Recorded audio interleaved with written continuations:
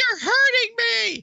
Adam Curry, John C. Dvorak. It's Sunday, June 16th, 2019. This is your award-winning Gitmo Nation Media Assassination, episode 1147. This is No Agenda.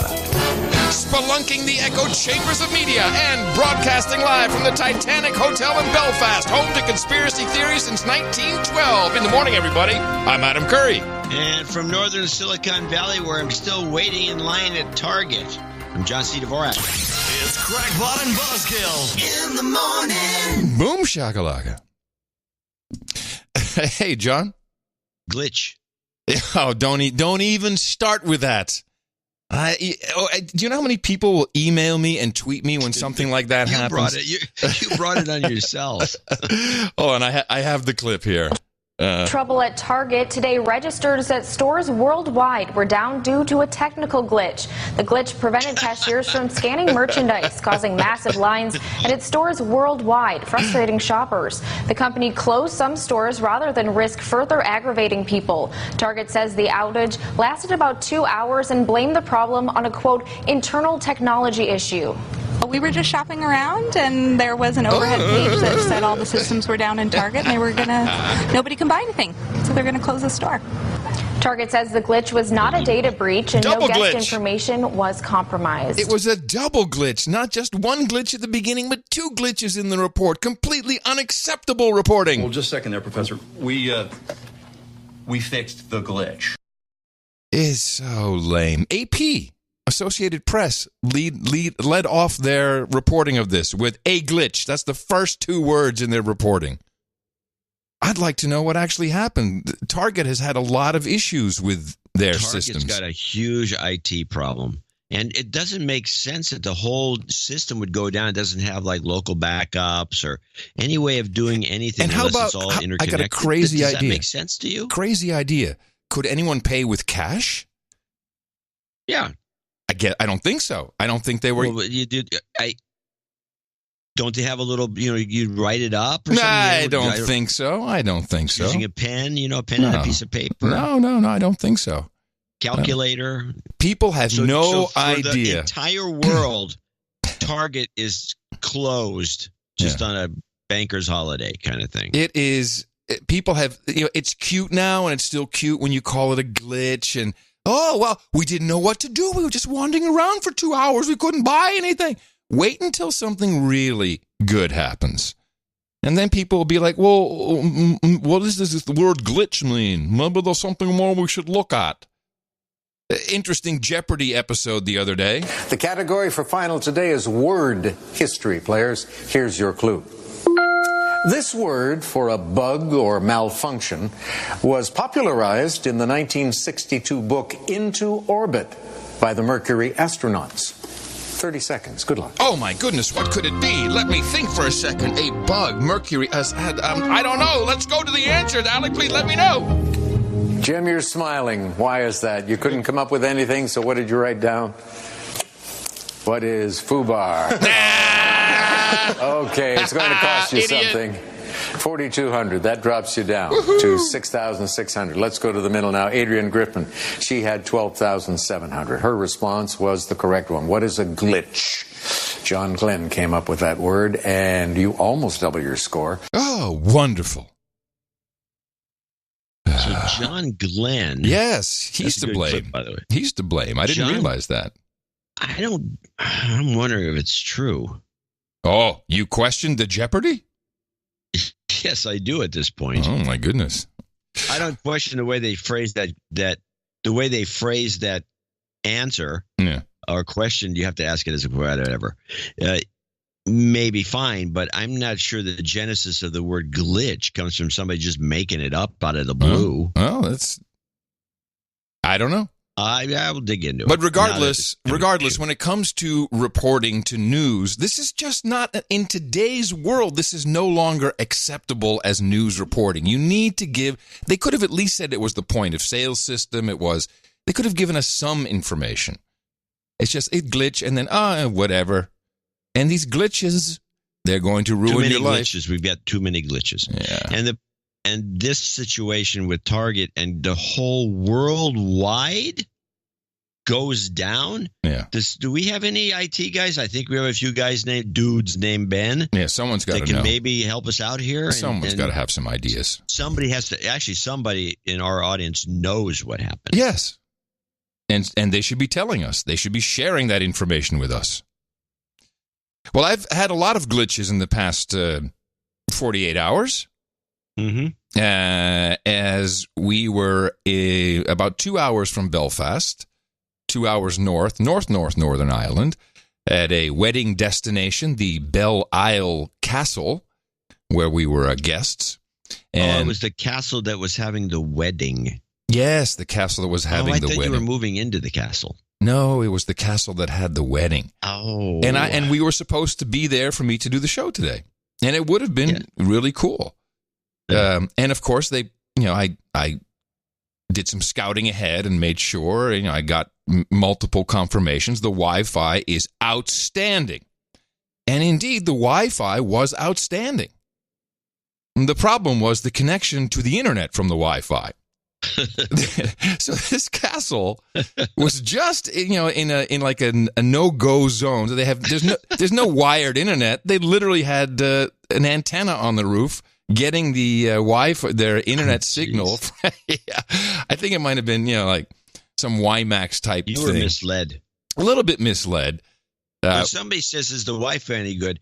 Yeah, if the Wi-Fi, that doesn't. We're not talking about the signal strength of the actual Wi-Fi. We're talking about this connectivity to the internet, and that's the whole point. Well, but it is a misnomer because as I'm troubleshooting this, then Tina would look at her stuff and say, "Well, I got full signal here." And of course, the Wi-Fi was outstanding. They had a great Wi-Fi system with repeaters everywhere. You could walk all over the grounds. You had Wi-Fi. It would drop the connection to the internet. So we decided instead of staying the extra day, we got a crack of dawn and drove to Belfast and kind of just got the first hotel that I knew would, because it's a business center, business area. And it's the Titanic Hotel in Belfast, which is where the Titanic was built. Huh? Okay. And this is where the White Star shipping line, and also of course was it the Olympia? What was the ship that actually sank? The old switcheroo. Was it with the Olympia? The Olympia was the hospital ship. The carbon copy of the the carbon copy, the one that was supposed to sink or whatever it was. I forget. I forget the complete conspiracy theory. I've never heard this. Oh, you've never heard this? Oh no. Well, it's even better because this hotel is very modern, and there's an expo center, there's a whole business center. They still build something here with ships, but what is the pure attraction is the Titanic studios that are located right here. And do you know what they shoot in the Titanic studios? Movies? Game of Thrones. Oh, okay. So there's this. That would pack them in. Oh my goodness! There's Game of Thrones, tours and expo. Look at this. Go check that out. And it's only 140 pounds. What? So needless to say, we are not going to check out the Game of Thrones expo. But the Wi-Fi is great, and it connects to the internet. So I'm very, very happy. Very happy. Sounds good. Yes. And anyway, we did have a wonderful time. It was great up in the island. It was nice to be in the fresh air. I do have to say a couple things about leaving London. Before we left, what was that? Monday? No, what day are we now? No, Friday. God, when we had the show Thursday? Yeah, Friday. Before we left, we did a little walk around. We had some time to walk towards it, past Hyde Park up to Buckingham Palace. And I was very excited to show Tina something that I recall seeing when I was 15 years old when I went to London for the first time with my dad. And that was Speaker's Corner. Okay. Speaker's Corner is empty. Yeah. There's no one there. No one speaks anymore on Speaker's Corner. For years. What? But it's legendary. Isn't there supposed to be this? So Speaker's Corner is the one. It's not even the soapbox that used to be there. No, now it's kind of a monument, and it explains that in 1100 something or other, they used to do public hangings there, which is just a small step from a public hanging to free speech. It's about the same. And this became the place where you could exercise free speech. And I think it's still the only place in the UK where you actually can exercise 100% free speech, because they don't have a constitution where this is protected, as far as I know. They have Magna Carta, No, but they don't. no, It's not explicitly spelled out that the government cannot make any rules against the freedom of speech or freedom of the press, which is what we have in the United States. So, yeah, and the people just giving up. They don't even go there anymore. You took her over there. Yeah, I wanted. Look, this is Speaker's Corner. It's so cool. Sunday, some people show up for there. Well, it was disappointing. What was fantastic is we took a cab back from the London Eye to go get our suitcases. You didn't go in the London Eye, did you? Yeah, we sure did. An hour? What do you mean an hour? Isn't it an hour to go around that thing? No, it's like 20 minutes, 25 minutes. Oh. It's a nice photo op. Tina's never been to London, so it was perfect. Perfect photo op. Well, yeah, you get the view of the city. Although, there's new buildings like the Shard. It's just that this is the tall building that looks like glass shards. That's now obfuscating the gherkin. The whole place has changed. That was called the Gherkin. Yeah, the Gherkin is behind it. You can't see the Gherkin anymore. It's a shame. They should have blocked the building of the new building. So we took a cab back, and of course I'm not going to take any Ubers while I'm in London. We take a proper British cab. And if you've never been in a British cab, it's an interesting experience, because the cabbie sits up front. He's kind of isolated, but he has an intercom system, and there's lights everywhere. It says, when this red light is on, then the cabbie can hear you, and then he can speak back to you.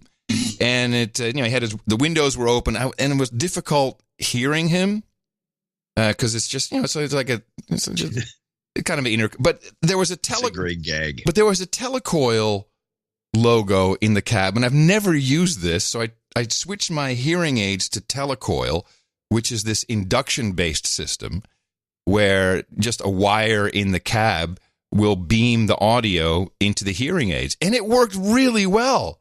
It was like magical. It's like, all of a sudden the guy's broadcasting right into my head.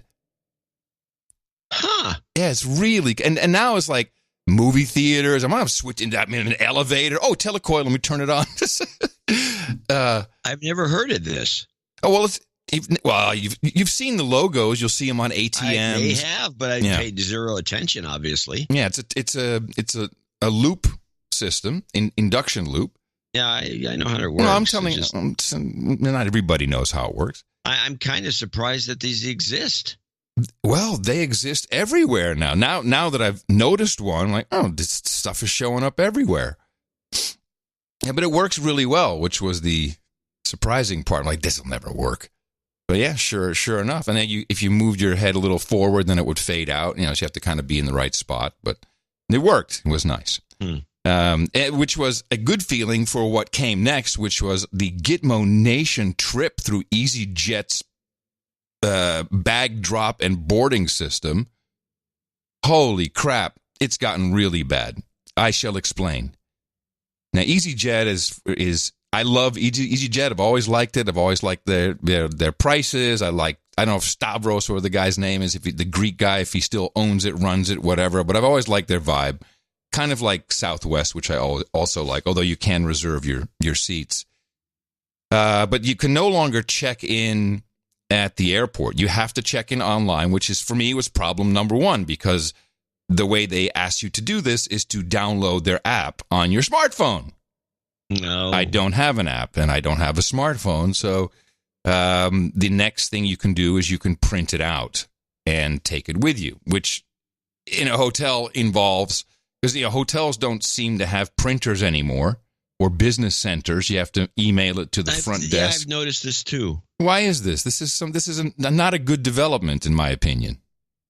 I don't know why. I mean, maybe people have been abusing it, or they've been wrecking the gear, or I'm kind of baffled by it myself. And some hotels obviously still do them. Not everybody's bailed out, but I think people a lot of them have like, oh, there's a computer over there, and then you go over there, it doesn't work. Right. I think that people don't have a requirement for printing anything anymore. Everything's digital. Just wait until the glitches start to happen, people. All right. This is good point. Paperless. I've noticed this. Before you know it, there'll be no toilet paper. People flashing their phones. They put the little boarding pass on their phone, and they go underneath the light. And it seems to work a lot, and then it doesn't work for some people. And I find it to be risky. Well, personally. Well, so here's the process. So had it printed out. And by the way, Tina has her iPhone with her, which she needs for work purposes, but she refuses to download any app from some outfit. You're not going to put the EasyJet app on your phone. The apps is where all the spying takes place. So I print out the boarding passes, and then we go to EasyJet. And EasyJet has a new system where you drop your bag, but you can't just drop your bag. Oh, no.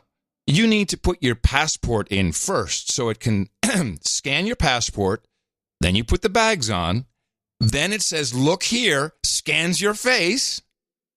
So now we've made the connection between your passport, official document photo, and your face. So thank you very much. Now you're in the system. And then you go to the boarding gates. You go through security, which I have to say security was reasonably easy, or at least pleasant. They had to open up all my bags as usual because, hey, looks like that guy's got a vibrator in there. Let's embarrass him. And it's always the microphone. And then you go to your gate. There's no more gate check-in. There's no person. You go through another scanner where you scan your boarding card, your boarding pass, or my printed boarding pass in this case. And again, it has to identify that you're the one, and it takes another picture of you, another facial recognition shot, and then you just walk onto the plane. So now my face, connected to my passport is in the system. And no one asked me that. There's no disclaimer. There's no, hey, just so you know, here's what we're going to use, terms and conditions. None of that. Did you think of making a goofy face? Yeah, and you know what? First I had my glasses on, and then it wouldn't do anything. It just sat there. And the way the camera works, it's like on a pole, and it will automatically slide up to your eye height, and it flashes lights. Look here, slave, look here. And then it says, look again, keep looking. And nothing's happening, and someone apparently minding the process says, take off your glasses. You take your glasses off, and then it finally figured out who I was. No, if you can make all the stupid faces you want, but it won't connect you to what it has in its system, which is based on your passport photo. This is a lousy system. I've gone through these systems, and if you're wearing glasses, it shouldn't make a difference. No, it doesn't work at all. That's a cheap ass system they're using. So I looked this up, and this is from the UK gov.uk. This implementation. Let me see. Here's Gatwick Airport and EasyJet. This is from May, so this is a year ago. Launch biometric technology trial. And Gatwick Airport has launched an end-to-end biometrics trial where personal data collected at the airport's self-service bag drops will be recognized by new automated self-boarding gates. The technology aims to simplify and speed up the process for passengers and reduce the risk of human error. And again, there's no real... where's my general data protection rules? Where do I get to opt in? Where do I get to say I agree to this egregious process? Yeah, and so if this is now how they are going to help you travel, wait for the glitch, bitch. Yeah, the glitch. Wait for the glitch, bitch. All of Target down worldwide. It's going to screw up your travel like no one else's business. It won't take much. Especially with an outfit like EasyJet. Your little camera at the end before the gate. Yeah. So you're standing there, and there's this camera. No, first you're in the queue. You're in the queue. There's a queue. A queue. But the camera, each person goes and looks at it, and then they go in. No, you walk up to there's like a gate, like a sheep before you get the probe in your neck to electrocute you. Yeah, the slaughter gate. Yeah. So then first you have to put your boarding pass or your phone, I guess, but I had the printed boarding pass on the scanner, and then it goes, okay, this is who this has to be, and then the camera directs you to look at it, and then it makes the connection that you were the guy who dropped the bag off under this boarding pass, and you are the guy who dropped the bag off, who is this person on your passport. Which is...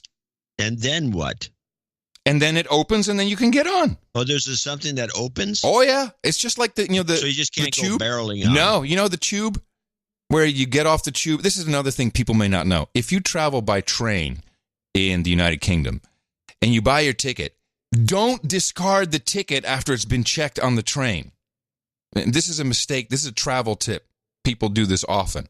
Because in most normal countries, like, okay, I'm done. I got it checked, and you forget about it. You cannot get out of the train station. There's turnstiles that will prohibit you from leaving unless you insert your ticket, which you just used for your trip. Then it will let you out. Yeah, it's like BART. Does BART have that? Oh, okay. Yeah, you have to have it. Yeah, you check in with the thing, and then you check out with the thing.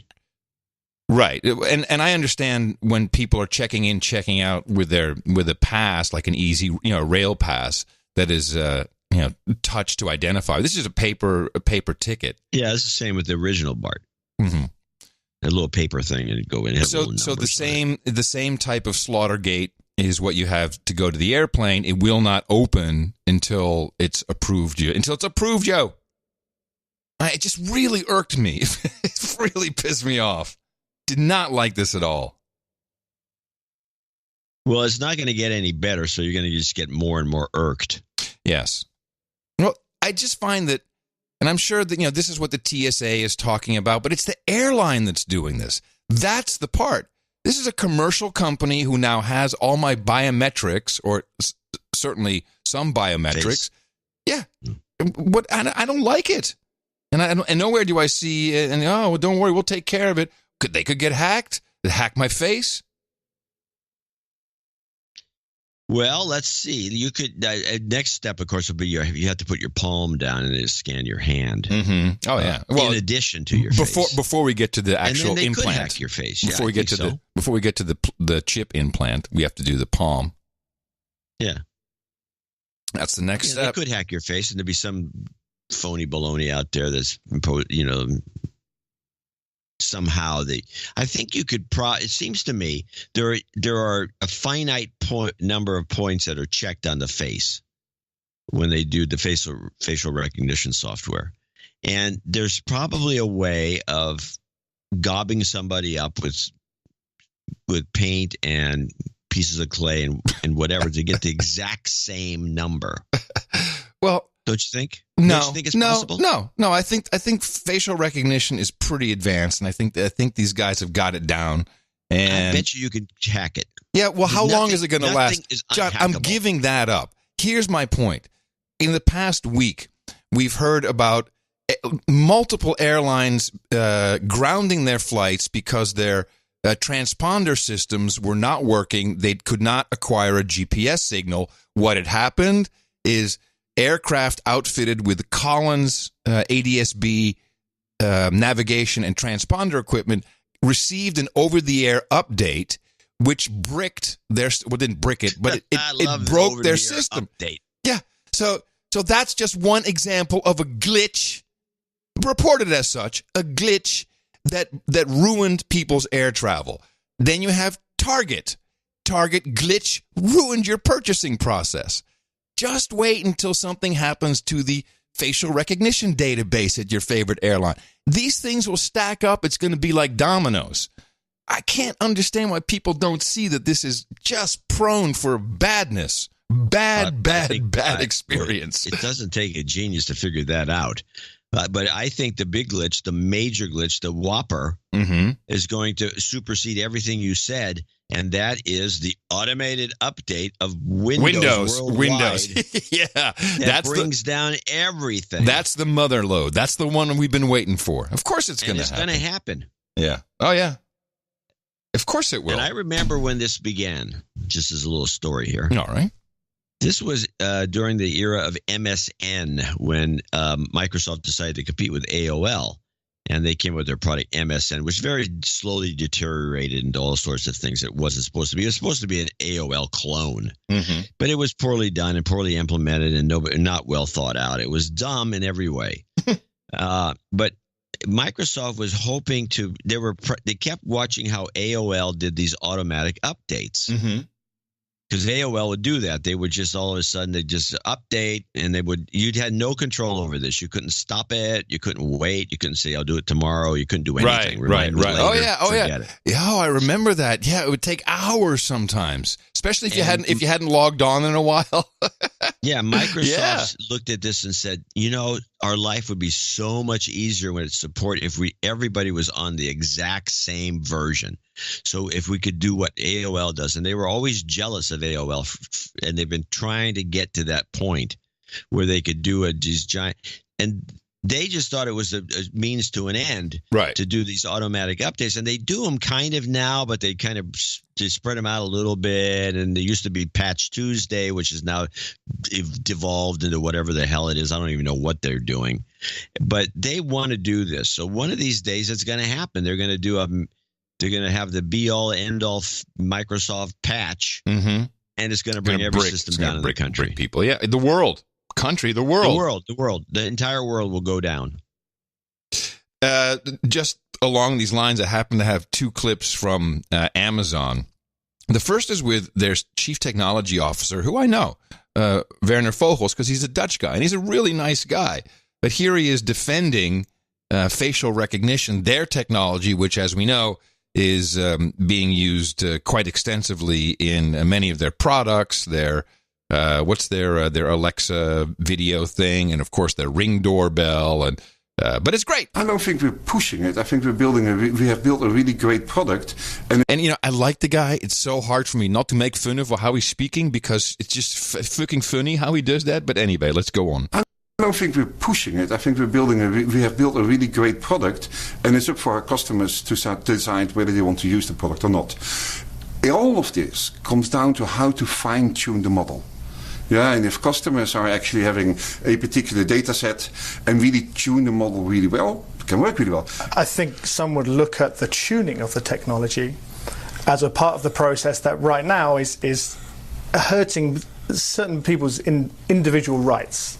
If police forces are using your technology and it's not fully ready, as you yourself just said, is tuning the technology worth it if that's what it means to people, real people in the world? That's not my decision to make. Some people might think it would be Amazon's decision. No. I think we have got. I mean, let's say your storage engine can be used by for very good use. Can be used by let's say bad actors equally. Does that mean we should not be offering storage technology? No. I mean, the fact that this technology is being used for good in many places, it's in society's direction to actually decide which technology is applicable under which conditions. Yeah? And as such, it's a societal discourse and decision and policy making that needs to happen there to decide where can you apply which technologies. Yeah? If I think about the simplest answer there is, if you look at steel, we have massive steel mills. They build incubators where young-born babies keep being healthy, and we also make guns with steel. Yeah? As society, we decide what is acceptable use and what is not. And that's pretty much the responsibility that Silicon Valley takes over what they create. Hey, it's society's problem, not ours. We make steel. We just make steel. You can make a gun out of it, whatever you want. Incubator. I find reprehensible. Yeah, it's very cavalier. That is absolutely true. It's cavalier, though. It's cavalier. Of course it is. It's cavalier. When you're making money hand over fist, yeah, right. You can be cavalier, and that's what you do. Speaking of your architecture that couldn't survive a glitch, holy crap. if Amazon Web Services goes down. You can kiss a lot goodbye. Quite a lot. I believe that I don't know. I believe. You should say, I do believe. I have a hard time saying I do believe. I know that. But I do believe that Amazon is architected with a lot of redundancy that make it almost impossible for the whole thing to go down. Sure. And cause this kind of problem, which is different than Microsoft bricking all the Windows machines out in the world, because I don't have a redundant, I have a couple of Windows machines, and I could easily get one bricked and then take the other ones offline if I came to the realization what was going on, which I probably wouldn't. I'd be dicking around trying to fix it. And I could use the machines while they were not hooked to the internet. But I don't see any way. There's no redundancy the way that a big central system would have or should have, and I'm sure has. So I'm less concerned about AWS than I am about these Windows updates.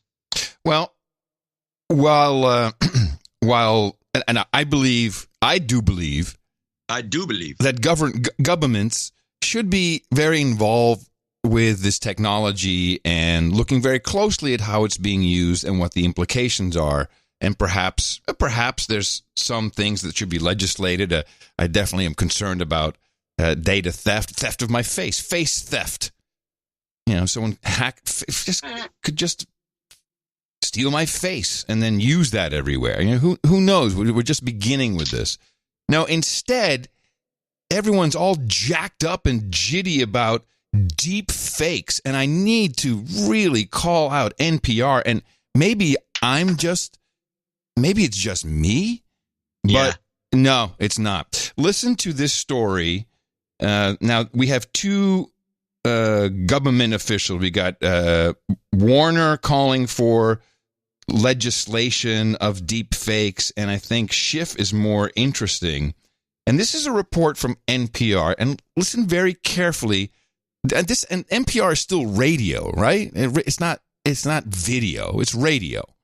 Yes, and podcast. podcast. NPR is still radio, and it's podcasting and radio, which is repurposed radio. Well, listen to this story. What you will hear next was never actually said. It looks like a Facebook office. It looks like Mark Zuckerberg giving an interview. It looks like his mouth is moving along with the words.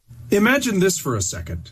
One man with total control of billions of people's stolen data, all their secrets, their lives, their futures. But that wasn't the founder of Facebook. Okay, so the rest of the story I want to play.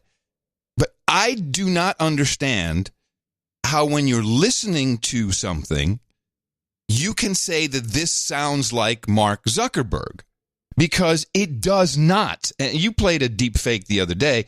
And now I played that exact one. Right. So let me play Zuckerberg. Now, at the same time, it's important not to lose sight of some of the more straightforward and larger ways that Facebook plays a role in elections. How the hell does that sound like this? Imagine this for a second.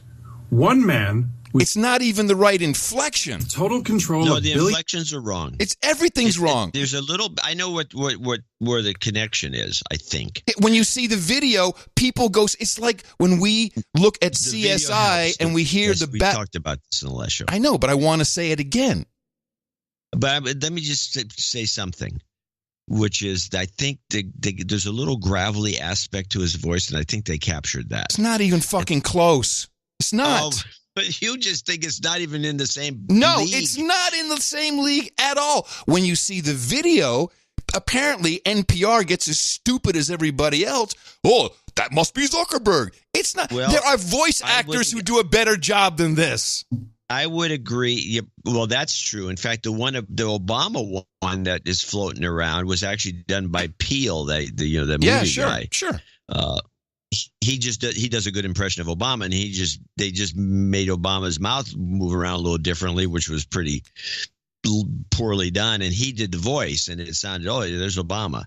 But that could be actually both of these could be if you went through one of those voice systems. How come one of these reporters hasn't done this? Thank you. Here's my point as we deconstruct this. How is it possible that NPR does a 1.5-minute report? I'm going to play the whole report. That no one thought to listen to what Zuckerberg sounds like because it's not him. And this, oh my God, it's machine learning and all kinds of deep fakes. It's amazing. I can't believe it's so realistic.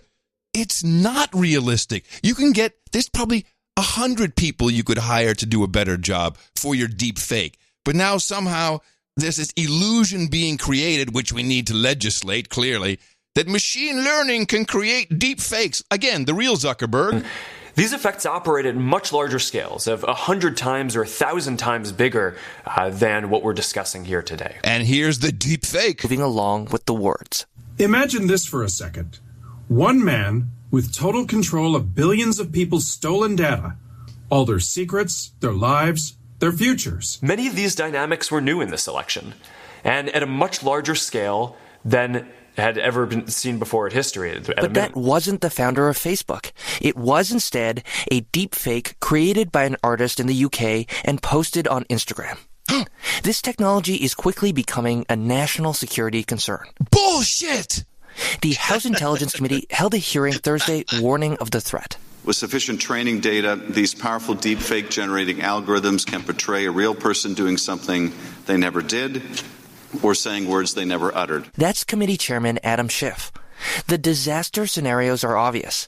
A deep fake showing a 2020 candidate inciting violence against an ethnic group, or false audio of a military official giving orders to mass troops at a border. How come no one ever said, oh my goodness, a voice actor could do this? Oh, we need laws against acting. There is no easy solution. Up until now, social media companies have a general legal immunity to content posted on their platform. But that may be changing.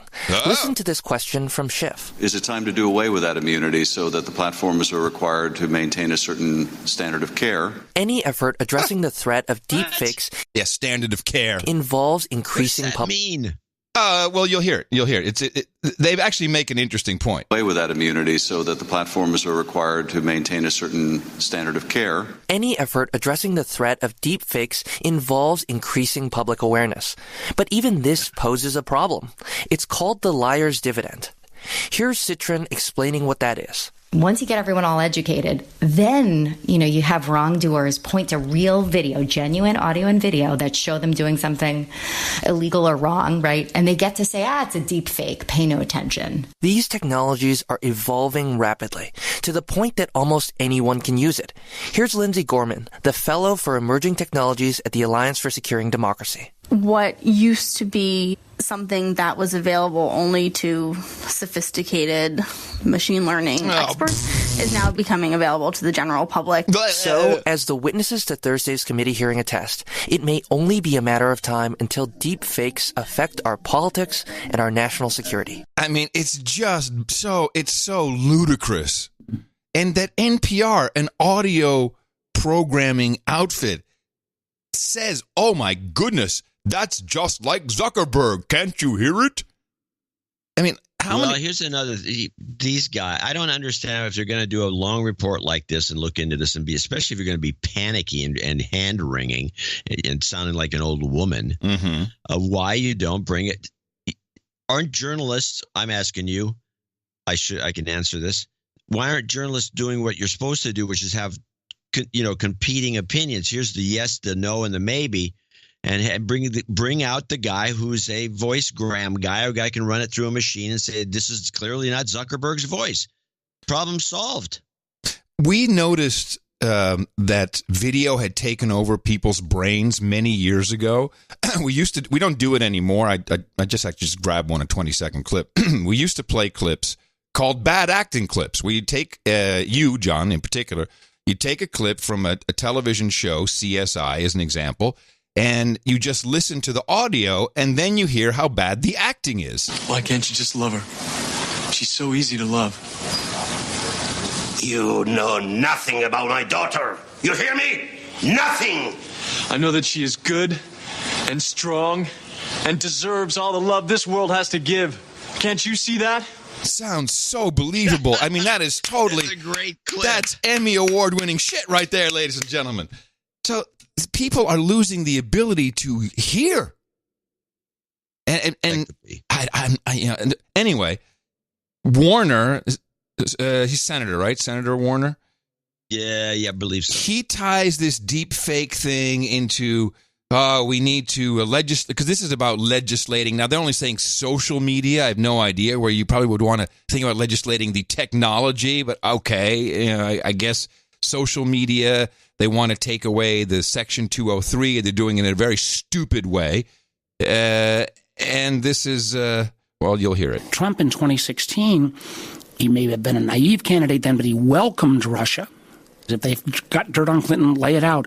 Well, you would have thought after 2.5 years in office, he would have learned that that's not appropriate behavior. That is, if this man has so little moral center that he doesn't understand taking help from a foreign government is wrong, then we need to put in place a law that would say if a foreign government tries to intervene in the election in a presidential campaign, the campaign has an affirmative obligation to report that to the FBI. There's been lots of concern voiced by a lot of my Republican partners that they know our election system's not safe in 2020. And I think the least we should do is put this law in place that would say, you got to report to the FBI if we've got foreign agents intervening. Secondly, let's pass an election security law to make sure there's a paper trail after every vote so people have belief in the integrity of their vote.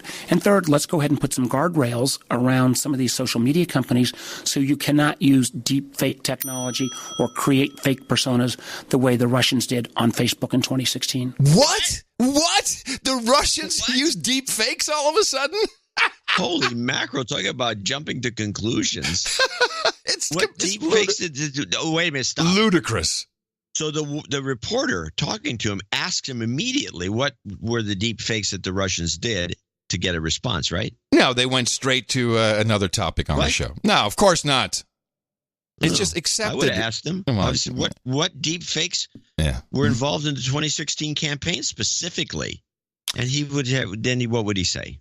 Well, what is wrong with these reporters? This is great stuff. So this backs into this interview that President Trump did with George Stephanopoulos, where, and to me it was just one big troll. It was like, well, if I got some Oppo research on, I'm not going to call the FBI. I'm going to take a look at the Oppo research first. And everybody's freaking out. Oh, no. You have, if you get information from the Russians or from the British, I guess that's also a foreign government. The British, the Canadians. The Italians. You need to report that to the Mexico. FBI. Exactly like, the Democrats didn't do. So they're trying to back this into a law, and in fact it is Senate Bill 1247, the Duty to Report Act. And here is Pansy Explosi explaining. So that is part of our legislate, investigate, litigate. What did she say? Did you say Nancy Explosi? No, Pansy Explosi. Oh, Pansy Explosi. So that is part of our legislate, investigate, litigate. Legislate, investigate, litigate. What is she talking about? Well, here you come. Agenda.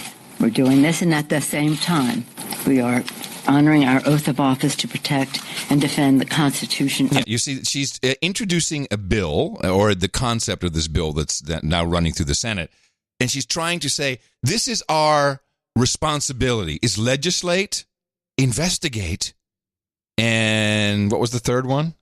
Litigate. Litigate. That apparently is her job now. That is the job of everybody in Congress. The United States. Yesterday, the President gave us once again evidence that he does not know right from wrong. It's a very sad thing that he does not know right from wrong. I believe that he has been involved in a criminal cover-up. I've said that before, and our investigation is demonstrating that. The Mueller report showed. Now listen to the flub. Obstruction of justice in at least 10, perhaps 11 places. But for the president to be so cavalier, to disregard, to be indifferent to law and any sense of ethics about who we are as a country, to say he would invite foreign intervention further. The intelligence community with great confidence has put forth that the Russians interfered in our election. That's an assault on our democracy. An assault on our democracy. This president says it's a hoax. He takes an oath to protect and defend the Constitution, but I guess it doesn't include him in terms of being to be held accountable to obey the law. So we have a package that we're putting forth in light of the Mueller report, a package of legislation, duty report. If someone comes to you mandating that campaigns report foreign offers of assistance. So she is now taking Oppo research, which is what the president discussed multiple times. She actually says the word Oppo, and then she turns it into something else. Package of legislation, duty report. If someone comes to you mandating that campaigns report foreign offers of assistance. Oh, instead of offers. It shouldn't even, it's so self-evident as a matter of ethics, but we'll have to codify it. These people are so stupid. How does this even work with the Steele dossier? Well, this is why I think it's trolling, because this is exactly what happened. They took Oppo research, offers from a foreign country, literally from a British spy, and there was involvement from Italy and Australia and Russia, and now they're going to create a law against it. I can actually, I'll tell you a little bit about the text of this. I don't know if this is going to pass or not. It's the Duty to Report Act, which they just pulled out of their butts. I want to mention something that, and unfortunately, we don't have we should play the entire clip, and I keep forgetting to get it. The Stephanopoulos thing with Trump, because Trump's having a normal conversation with him as though he's a person. I actually expected you would have it. That's why I didn't pull it. I expected that I would have it too, and I would expected I would have it for the last show. What's wrong with you? It happened on Wednesday of last week. I know, it's so disappointing. We're taking forever to get to this, but I do remember a couple of points in there, and Trump was shrugging his shoulders, and he says to Stephanopoulos with great honesty, I've never called the FBI. Right. And I was thinking about it. Have you ever called the FBI? No. To report something? No. What is their number? 1-800-CALL-FBI? 1-800-FBI. Yeah. I've never called the FBI to report something. I don't know who's ever called the FBI. It's just like they do their own thing. But then I'm reminded of Thomas Drake, the NSA whistleblower, who says at the beginning of all his speeches, do not talk to the FBI ever. Ever, exactly. Yeah, you can get in big trouble with stuff you say. Yeah, I mean, Flynn talked to the FBI, and look what happened to him. So here is this Senate Bill 1247. And they kind of try to make this Oppo research sound like it would be something that was given to you. Let me see. Here we have.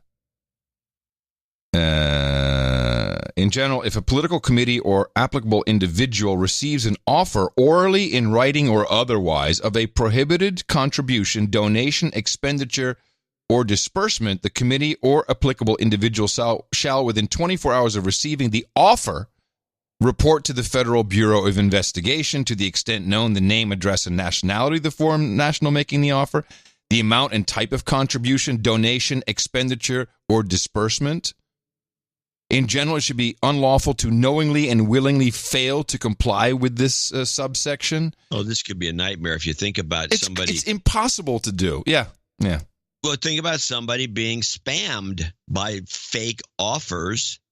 Oh, sure.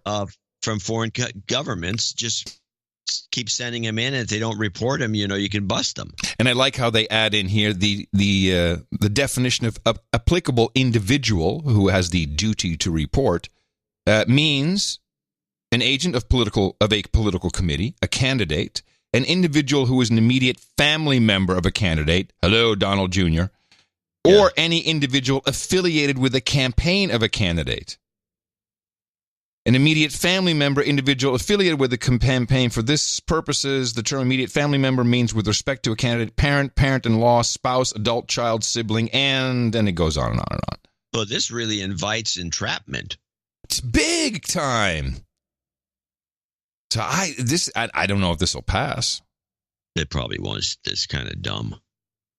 There's already laws on the books. But it's just so funny to me that they're all outraged by this, and it is disappointing. Neither of us got this clip.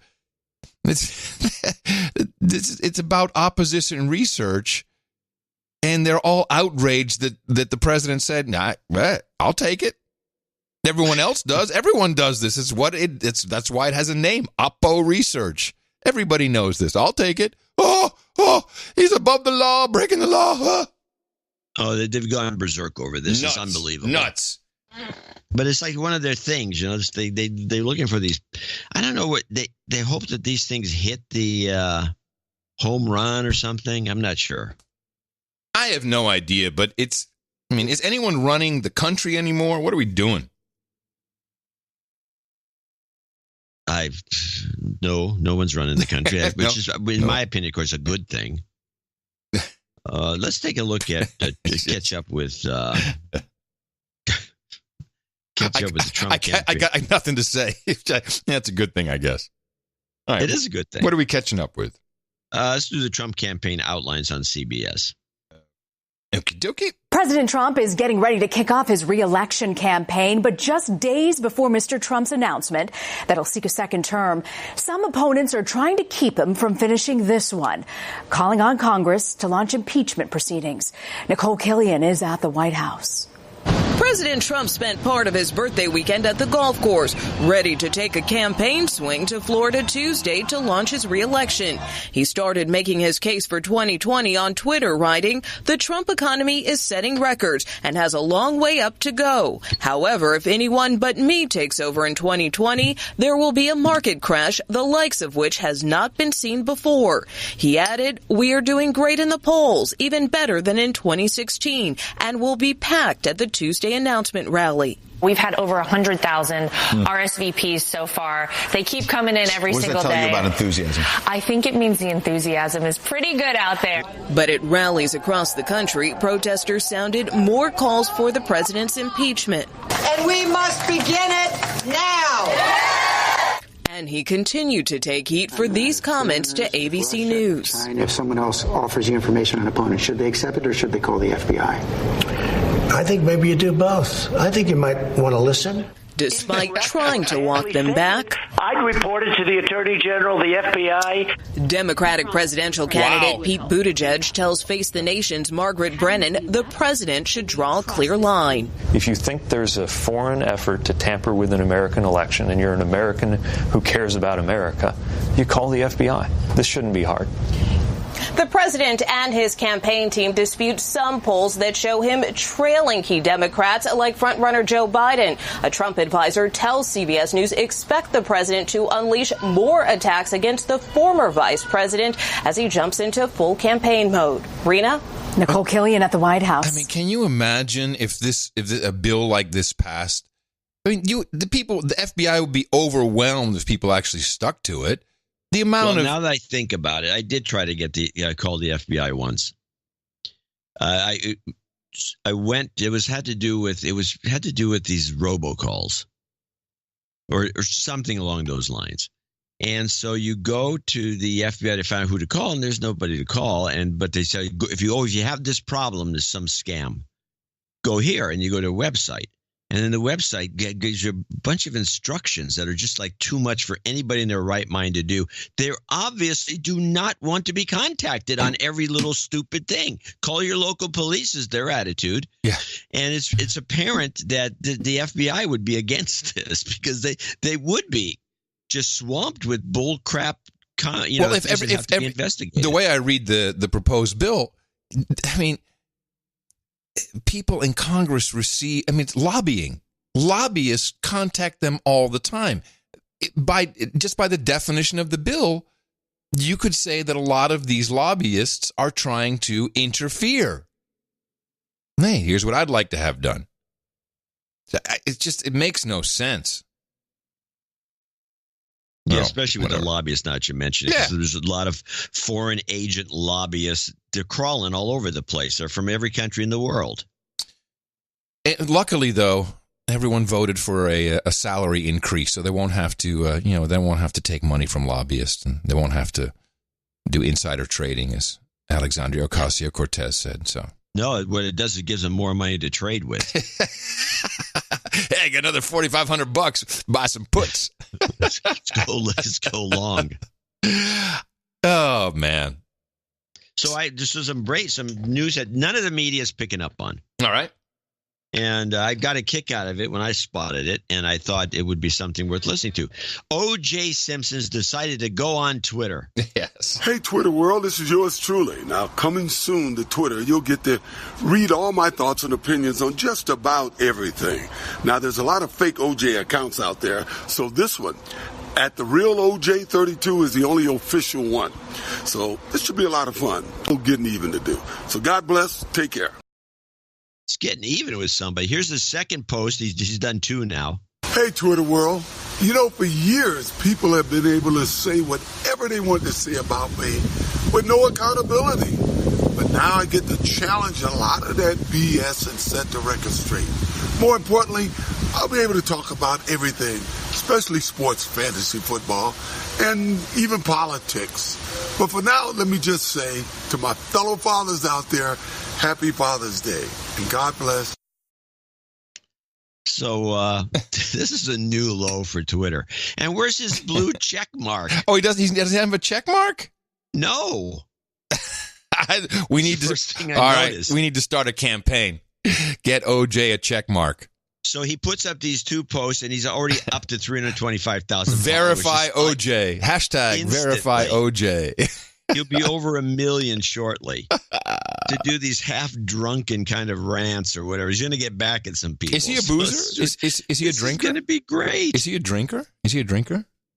I don't know, but he's getting old. It could be just old age. But whatever the case, this is going to be great, and I think it marks a new low for Twitter. Can I just give? And the media has refused to cover the story. Can I offer some advice to some colleagues out there? I would like to offer advice to Spotify and Pandora, Gimlet. This is the guy you want to do a podcast with. This is the podcast you want on your network. You want the OJ cast. That is money in the bank, people. I agree. As sick as it is, yeah, it's exactly true. Shoot, maybe we should just produce it. Just. Well, if we can get a hold of him, you can be sure he's got a bunch of scammers. DM him. DM at the real OJ32. Go on, John. You're the sports guy. Everybody knows. He knows you. The juice. Yes, the juice is loose. The juice pot. The juice cast. Juice cast. I'm seeing it. I'm seeing some great ads. I can think of good ads. Some great products. Definitely a lot of publicity. Ginsu knife set. All kinds of hate. A lot of hate. We can do Ginsu knife sets on the. Have that as an ad. Why don't you call it the Murder Cast? By the way, I'm a little disappointed you've not talked about the biggest sports story of the decade. Curry lets it fly. Canada, the NBA title is yours. The Toronto Raptors are the 2019 NBA champions. Yes! Golden State Warriors suck! I missed that game. So what happened again? The Raptors, who are they? I hear Scandinavia kicked your ass, Golden State. How disappointing is that? And why is Canada in the NBA? How does that work? This came up at the table the other day, and people don't realize that basketball was invented in Canada. Oh. And to follow that up, the first NBA game in history was first played in Toronto. Huh. So that's why. They probably could use a couple of teams. They could use one on the West Coast. I did not realize that. So Canada invented basketball? That's what this came up in all those games they were playing over and over again. Yeah. Huh. All right. Well, I thought it was invented by John Naisbitt, as I recall, but Naismith, not Naisbitt. Naismith. Oh, you know more than I do. No, I'm reading the like troll room. Sort of biscuit, I believe. I have the troll room open. That's how I. No, the biscuit. How could you? Biscuit. How you could for a second think I knew more about sports than you? That just isn't logical. You surprised me. That's why. Anyway, back to you could be a closet sports junkie for all I know. Back to. I think the Glove Cast maybe is a better name for the OJ. Oh, the Glove Cast. We are so sick. Yes, podcast, ladies and gentlemen. They're taking over the world. Witness the BBC. Back in the real world, it was announced today that this show is being replaced in the autumn by a podcast. No. Podcast. I mean, is there no limit to the depths of depravity to which BBC schedulers are prepared to sink? What is a podcast anyway? I mean, what is a podcast? If God had meant pods to be cast, he wouldn't have invented the wireless. The good news is, it's free.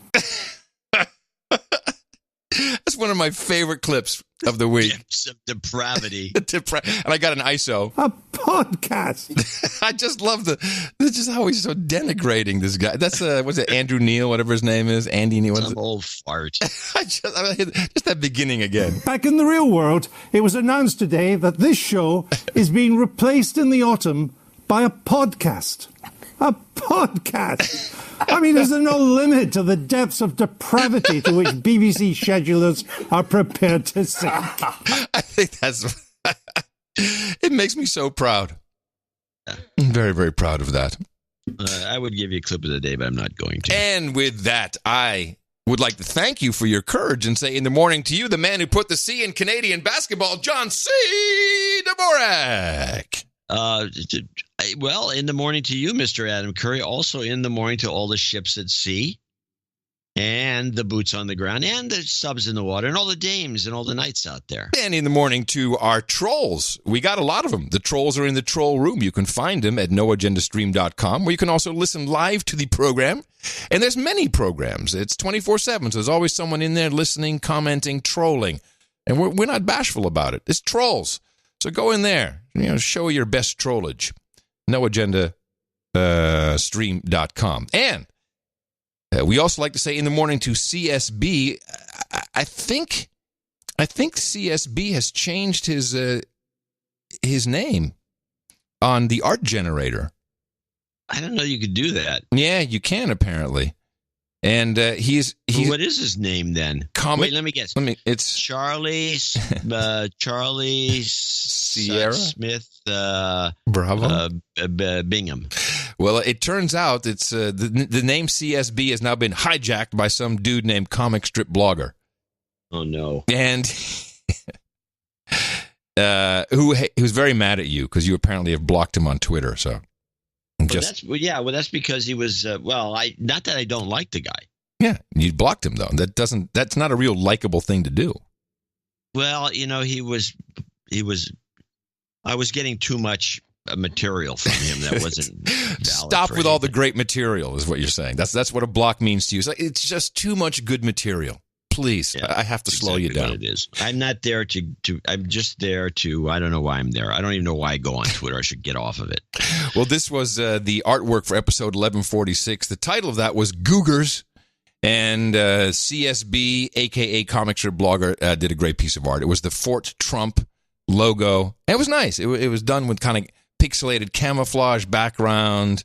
And it made sense in context of the episode that we had, and we appreciate it. It's noagendaartgenerator.com, where you can see all the artwork that's submitted, where you can submit artwork, and lots of people do. And we always have to make a very difficult choice, and it was the CSBs who we chose. And again, thank you. It's part of our value for value model. It really helps when we have fresh artwork to show because it catches people's eye in where they find podcasts everywhere.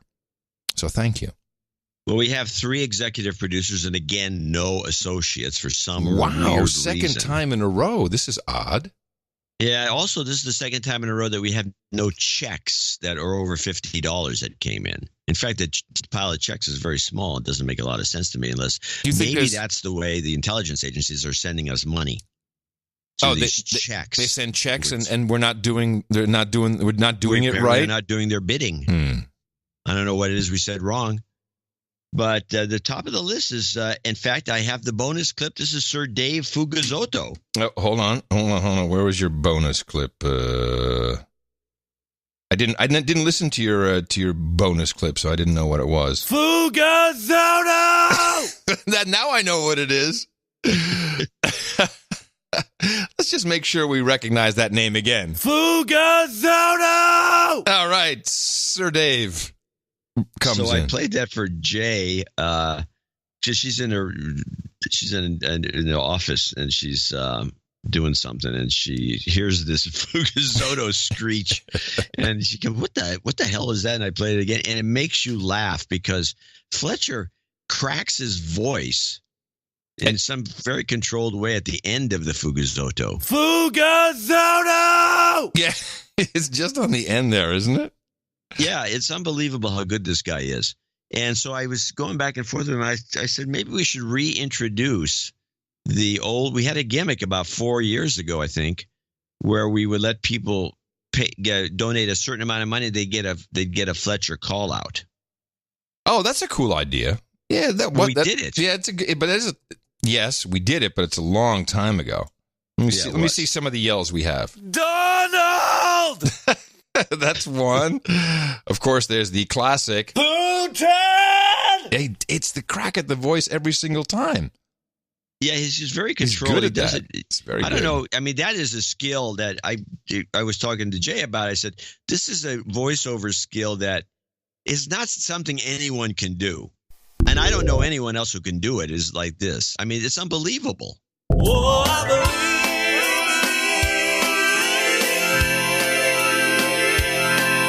in science. No, that wasn't as good one. It's funnier when it's just him, when it's no music. Screaming, yeah. No, that's not. Yeah, I don't know if I have any other ones. Anyway, so oh yeah. Yes, this is the one. Ladies and gentlemen, it is time to rumblize.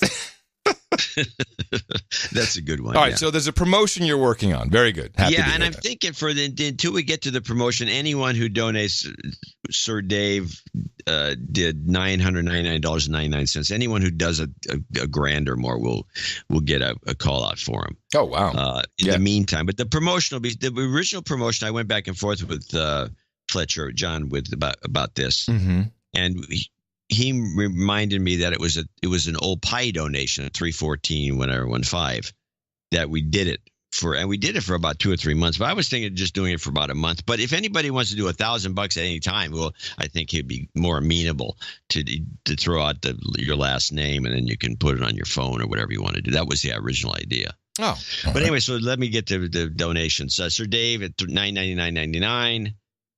This donation 3 times 333 is a recognition and thanks for all the karmic goodness requested during show 1111, the super uber mega karma episode. Oh, yeah. Named Melody is well on her way to success as a grad student. Lady Isabel enjoyed great success in the last Irish dance competition out in Portland. Yes. I'm retired from the Army as of the 30th of the month and have landed a job, and our house just sold. Not saying that requesting karma back then had anything to do with all of it, but hey, it certainly didn't hurt. All you freeloaders out there, and you know who you are, should try donating sometime and getting some of your own. It's a super, uber, mega amazing. Or as he puts it, amazing. Balancing all that, however, Brad, my buddy with the brain cancer, went into the hospice a couple of days ago, and we, brothers in arms, are watching and waiting mode. Kind of a bummer. Some cancer karma would be appreciated. Let me do that right here, right now. Let me do it now. You've got karma. Got to separate that out. I'm kind of lost track for a while, but I recently went back and updated my accounting, and apparently I've leveled up to Viscount. I request a peerage upgrade during today's show and would like to expand my territory to include America's heartland and Saudi Arabia. Also, an episode or two ago, the question arose as to whether or not count is a level, whether or not count, that was last show, is a level in the no agenda peerage system. According to Dvorak/org peerage and the Book of Knowledge page on Italian nobility, count is synonymous with earl. No. Oh, not viscount. Okay. We don't use count, and we don't use the Italian nobility. We use the British. Yes. Finally, according to the update from the UAE's last episode, Riyadh is also hot. As I typed this, it's 130. Oh, he's there. Wow. It's 113 degrees, but without the humidity that our UAE producer is likely enjoying. And there's a headline from today's Arab News. Filipina players dominate at women's bowling championship in Jeddah. Congrats, ladies. Way to go. Do they have cute outfits is the question. Keep up the great work, and thank you for your courage. Thank you for your courage, Sir Dave. Yeah. So let me just see, what do I have on the list? Viscount Dave. Yeah, to make sure. Yeah, be Viscount of America's Heartland and Saudi Arabia. Outstanding. And thank you for your support. Long-time support. It's highly appreciated. Let's give him a regular karma so he can add to his collection. You've got karma. And serendipity came in from Columbra, Portugal, I believe. Yes. 432.34. Once all operational expenses are taken care of, I'd like to suggest that part of my donation goes to help Adam pay a romantic dinner to Mrs. Tina the Keeper. Enjoy your vacations here. Yes, we're going to Portugal tomorrow, and that's where our actual honeymoon. That's right. I remember that. That's where the actual honeymoon takes place. You going to go to Porto? Possibly. We're so tired. You're going to go to Lisbon and hang out. We're going to the Algarve and to hang out. You going to where? The Algarve. Oh, I never heard of it. The Algarve, it's like the entire, it's the beautiful coast. It's where you vacation. The Algarve, it's a region. Okay. Well, anyway, I want to say anyone that has never visited Portugal and you're a photographer, Lisbon. It's the most photographic city I've ever been to. Not because it's ornate and beautiful or it's like Barcelona. It's kind of dingy, but in a very photogenic way. By the way, I'm a regular passenger on the emergency row of the OPO AMS flights. So if you see a sales-looking guy seated there, drop an ITM. It might be me. Finally. We're flying from Belfast, and we're flying EasyJet. So unfortunately, we won't see you. Finally, a gift to the No Agenda listeners. With 4 human resources already, I'm donating all of my baby-making karma. I won't cut my tubes, but I'm done. Please play the Hillary cackle, 2 to the head, then that's wrong, followed by brown shoes karma. That's wrong. You've got karma. Okay. By the way, I appreciate it very much, but the Keeper actually is paying for this part of the journey for the Portugal rest. To Portugal? Mm-hmm. Yes. She booked everything. She the best. Well, a couple of things I should mention, because I think Portugal is fantastic, but it has some of the lowest priced wines, high quality wines, locally made. Dry and sweet, but the dry wines are outstanding, and the whites are terrific. They're way underpriced worldwide. You get them over here too cheap. They're extremely inexpensive in Portugal. And they also do the same thing with their olive oil. So olive oils are way underpriced. So if you can find a good one, you can get it for next to nothing. You can throw it in a check-in luggage and bring it back. I'm sure that in 11 years we've discussed it, but I was very famous for a little while in Portugal when it was still a third world country. Yeah, you talked about this because I've never been to Portugal pre-EU, so I never got to see the dirt roads that are now giant freeways. Yeah, it was. This was 1982 or 83, and there was an international consortium called Europa Television, And Europa Television was all the public broadcasters from the EU. I think maybe it was even a precursor to Euro, like the EU Eurovision coming together. And so people were doing news and sports, and we provided a half hour of music videos every single day. And typically this was broadcast, and it would be, because Europe had a lot of cable penetration, so you could get all these crazy channels. There was Sky Channel, there was Music Boxes, MTV. But in Portugal, they only had 2 stations, RTP1, RTP2, and it was over the air. There was no cable. But for some reason, they decided every day, and this is a public broadcaster, to take our show called Countdown and air that on television over the air. So here were kids who were, and Portugal was a third world country in the early 80s. I mean, this is all before the big EU money came in. So they had just nothing but dirt roads. And now here was a guy who the first time they were seeing Bon Jovi videos. They'd never seen this before. It's like Janet Jackson, Michael Jackson, Tina Turner. And people would send me mail, postcards. Remember those? And there would be post sacks full. I mean, just huge mail bags. And I would be reading their notes. And so when we went there to just, we'll just do a couple shows from Portugal. We were at the airport. And, we had to import all of our camera gear. Back in the day, it was a lot bigger. And you had to have a carnet, C-A-R-N-E-T, a carnet, which it's like a travel document for your gear, so that, when you enter the country and you leave again, you didn't sell off some $100,000 piece of equipment that they didn't know about. So it took a little while for us to get through customs, but we kept hearing this weird sound, and I thought it was the baggage carousel at the airport, which it could have been because it was rickety. But it turned out when we finally had the carnet set and we were going through customs, the doors opened. There were 5,000 kids standing there waiting for Adam Curiel, Adam Curiel, Adam Curiel. And I'd made jokes on the show like, "Oh, we're going to Portugal. Yeah, all right, girls, make sure you show up at my hotel with the Lamborghini."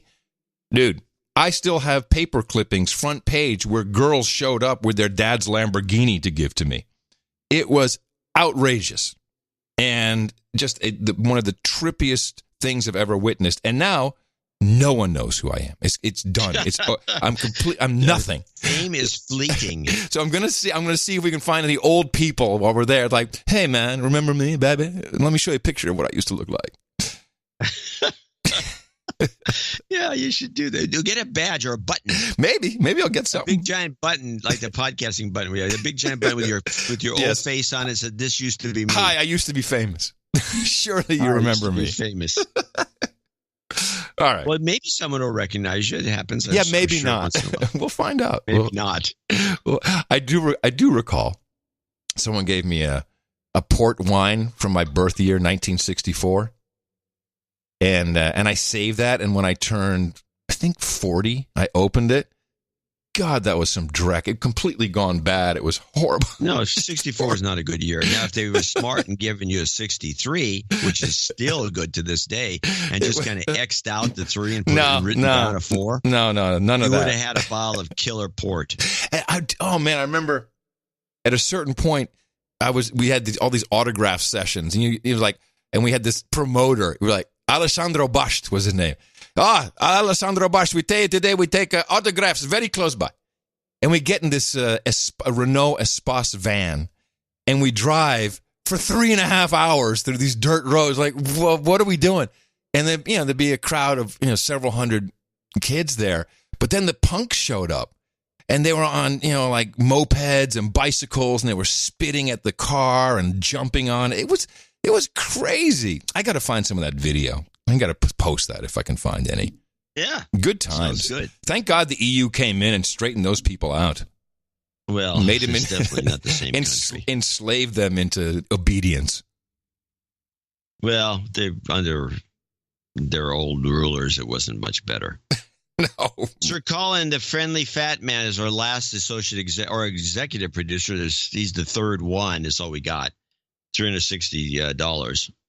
Nice donation. Mm-hmm. Sir Colin, the friendly fat man from Cincinnati. Mm-hmm. A couple of things on the list for today. One, I want to wish my father, Arthur, by the way, we did have a Father Father's Day promotion for Father's Day, and as usual, everyone hates their dads.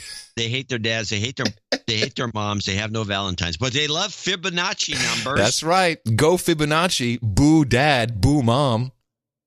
I want to wish my father Arthur a very happy Father's Day. He's a man of heroic character and unwavering conviction that I aspire to imitate daily in my own feeble way.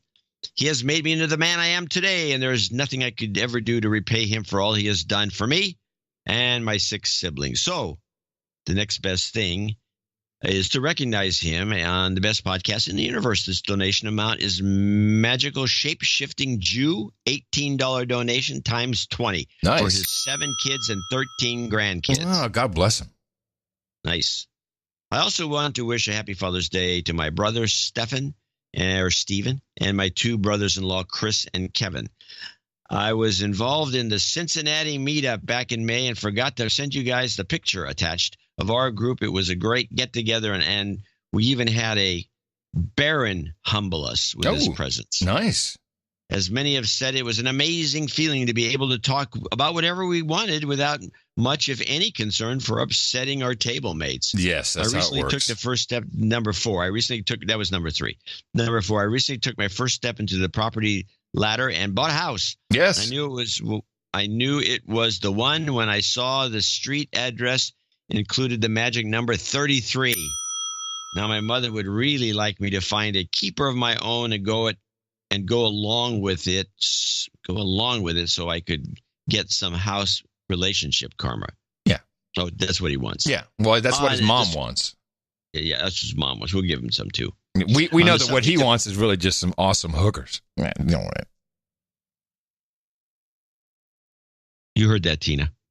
On the subject of houses, Adam, I was the one who sent you the high and mighty wall hanging stuff. I hope you liked it. Yes.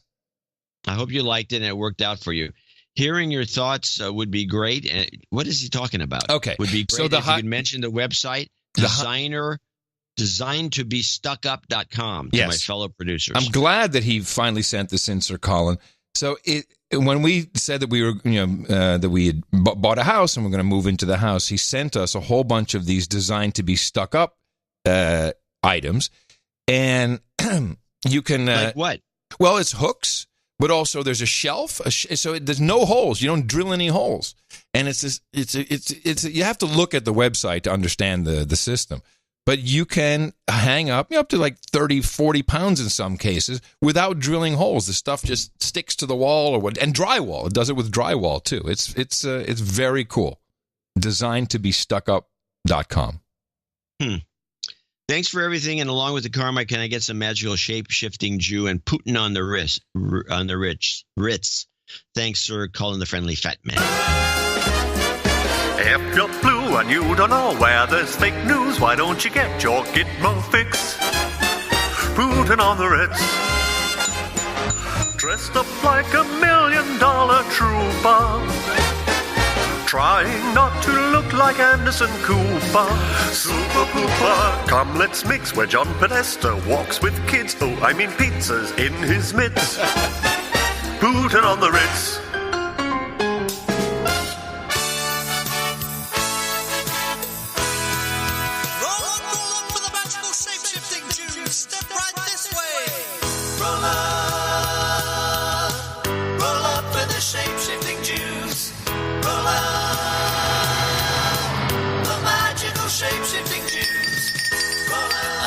You've got karma.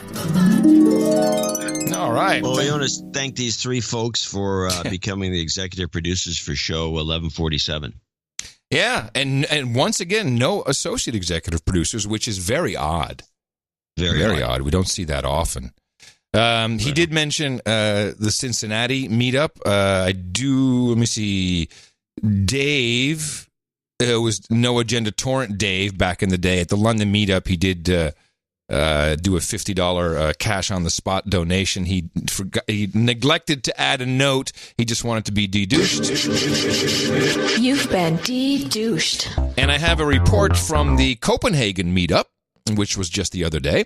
This is from Eric, who organized. Greetings from Copenhagen, where we just finished our first successful meetup. 6 producers, including 2 nights who came out of hiding to speak freely and nurse hangovers, the Dane hangover, apparently, and discuss the future of Scandinavia from a no-agenda perspective. It was a huge success, and plans are already in the works to make it a regular thing. Adam, I hope when you are finally done with honeymoons, you are able to join us next time. I'd love to go to Copenhagen.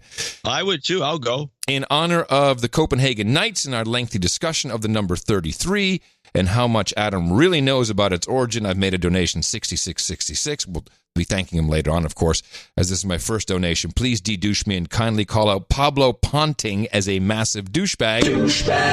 Thanks to you and John for your hard work. Hope you are proud that it brings 6 strangers together halfway across the world. Yes, I think we are extremely proud of this.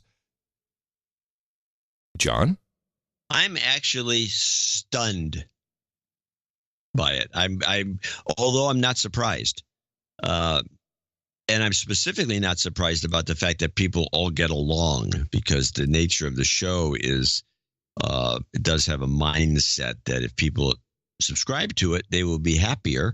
They won't have an inflamed amygdala, yes. And they will get along with each other. Yes. And they always do. And I've never, yet to see anybody say otherwise. You wouldn't come to the thing if you weren't a normal person. And the fact that they're doing that they're already planning the next one means good news. Good news there. Yeah. Here's your de-douche. You've been de-douched. And I'll throw in a karma for you. There we go. You've got karma. So thank you. Thank you to our executive producers of episode 1147. You certainly picked up some slack, which is highly appreciated.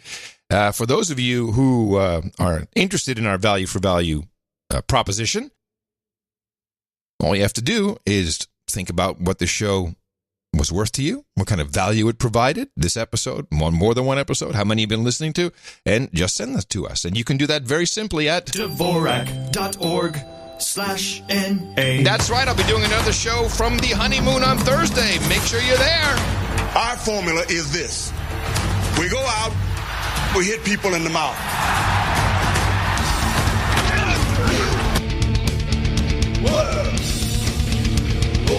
A podcast.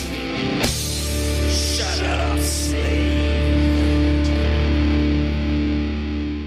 So I have a clip that confirms something I was brought up a couple of years ago. You were never, you were all in on this too. And This is Steve Pieczenik.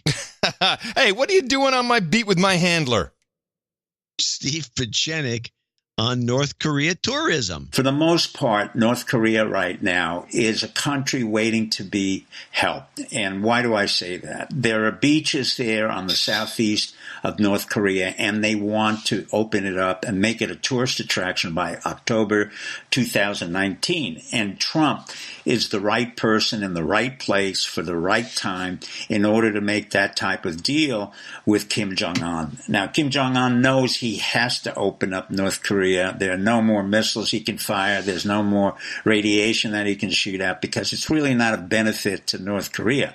He knows that tourism, primarily by the Chinese, last year I think about 100,000 Chinese came into the southeast part of North Korea on the beaches, was not enough. He wanted to open it up to the world, and the way he could do that was to establish a personal relationship, what we would call in Chinese guanxi, with President Trump. Because Trump, of course, knows how to develop resorts. He knows how to build hotels. And he correctly said, look, whatever happened in the CIA didn't occur under my auspices, but nevertheless, I have a very good relationship with Kim Jong-un.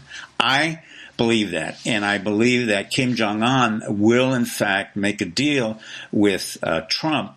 My suspicion is it'll be around October of 2019. I could be wrong, but I hope I'm right. Oh, is that like an October surprise? I don't know. Yeah, of course it is. Possible. Right before the right wrong before October. You want the October. Oh, you want 2020 October. Right. I'm sorry. I think it's also premature. I think it's not far enough along for that to happen this year, but okay. Now, for those of you who are relatively new to the program, my uncle, Don Gregg, Gregg, who's listed in Wikipedia if you want his background. Yes, he's on the wikis as high-ranking. He's up in his late 80s now. I don't think he's actually stopped all work. But he was ambassador to South Korea after the Iran-Contra affair, where I believe he didn't protect his boss properly, so off he was to South Korea. But he had been to North Korea many, many times, and we were talking about what was happening at the time when you came up with the tourist destination, and he confirmed that. Confirmed. He said, absolutely. All they want is peace and a true end of the war. We only have an armistice. The war was never officially ended. And they would love nothing more than to be a tourist destination. In fact, it was after he tried to talk to the Obama administration, and they pretty much just threw him right out, and we're not interested in listening to you, that he said to me, sorry? Yeah, it was Greg that they didn't want to listen to. Yeah, he didn't want to. Yeah, to Uncle Don. He said, Adam, Dennis Rodman understands North Korea better than anybody in the entire administration. And I think this turns out to be true. That's true. Yeah, it seems true. Now, the one thing they're doing, though, is that you can tell that they're trying to line up. They have some mountainous areas where I guess they can create ski resorts. Skiing. And they've got the hotels up there and everything ready to go, even though they haven't really have any experience with lots of people, especially with a lot of grouchy German tourists, let's say, and Americans. The two worst tourists by most standards, although the Chinese are getting up there, and the beaches and all the rest. But the one thing that is never discussed is that giant pageant they have every year. North Korea has the largest soccer stadium in the world. I think it holds 120. If you look at large stadiums, the biggest one is the North Korean one, and I think it holds 120 or 140,000 people. It's huge. And they pack them in for this pageant that they have every year that is the most spectacular thing. You can see videos of it. Madeleine Albright saw it. She got to witness it. Well, there's tons of reporters who go.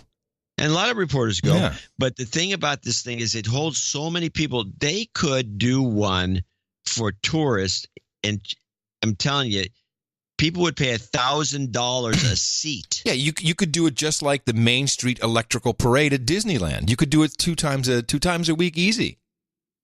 Well, I never thought about doing it more than once. Yeah, and listen, weekly, and have grand marshals. Yeah. Like it's OJ. Very doable. I mean, it would build up to that because people are still skeptical about going to North Korea, but I'd go at the drop of a hat. And there is this spectacular display of coordination, and it's just an astonishing thing to see. There is yet again noises coming from Agent Orange, our Dutch military intelligence guy, that an opportunity may open up for the show to go to North Korea. But I don't think we should not go together. That's probably not a good idea. No, and it's going to be hard to broadcast from there. Well, because it would be part of some military thing, he says that he feels that may be possible, but I don't know. Now, if it's hard to broadcast live, then maybe it does make sense for us to go together. That would be the first and only time we ever do a show near each other. Yeah, I don't want to break tradition. Okay. Screw North Korea. I don't want to ruin the show. I want to go to North Korea, but I don't want to ruin the show. We'll get to North Korea one way or the other. What? I've told this, my Live Joe, so I said this once to him. Yeah. I'd love to go to North Korea. What? Why would you go to see that murderous North Korea? Why would you do this? And these are liberals. These are guys who used to write for New York Times and teach, professors. Liberals. Professors, liberals. So that's that. Yeah. So I've been watching the action on the tanker attack. Yeah, I got a couple clips on this. Well, I have a couple of clips too, and then I have a clip that actually makes sense. Okay. Most of the clips are just hysterical, not interesting. Why? I don't know what we should do here. I have a BBC backgrounder since I'm over here. I thought it might be interesting to get Use there. The BBC, then I'll play mine. Then I have the kicker clip is the from RT, which has a different perspective. So once again, we have to go outside of United States broadcasting to get anything of any use. Pretty much. All right, here's the BBC. Well, the Iranians are saying it wasn't us, but the Americans are saying, yes, it was. They're blaming Iran for a suspected attack on 2 oil tankers in the Gulf of Oman. One is reported to have been hit by a torpedo. We know that crew had to be rescued from both. And we have this video that's been released by the Iranian Navy, which shows the Norwegian ship, the Front Altair. It's carrying 75,000 tons of a particular type of crude oil. And we know the crew reported 3 explosions. And here's the Iranian foreign minister saying reported attacks on Japan-related tankers occurred when Prime Minister Shinzo Abe was meeting the Ayatollah Khomeini for extensive talks. He says suspicious doesn't begin to describe what likely transpired this morning. Now, to explain, one of the ships certainly is Japanese-owned. The other, though, is owned by Norway, so I'm not sure why he's suggesting both are related to Japan. Either way, Iran has many suspicions, but so do the Americans. Here's Mike Pompeo. It is the assessment of the United States government that the Islamic Republic of Iran is responsible for the attacks that occurred in the Gulf of Oman today. This assessment is based on intelligence, the weapons used, the level of expertise needed to execute the operation, and a whole bunch of New World Order bullshit. Recent similar Iranian attacks on shipping, and the fact that no proxy group operating in the area has the resources and proficiency to act with such a high degree of sophistication. Help us understand what the Iranians are saying think happened here.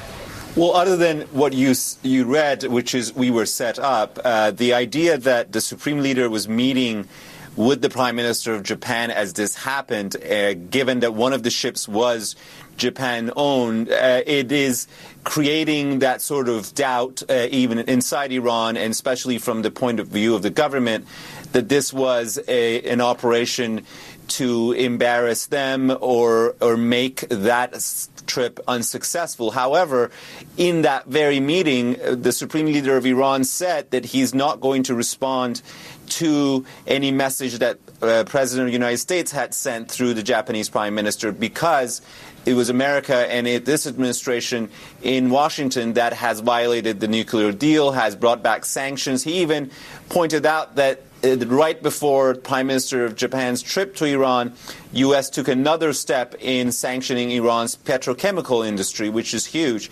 part of Iran's exports. It was clear from the Iranian point of view that there is nothing to talk about to this administration as long as they are in violation of the deal of the UN Security Council 2231.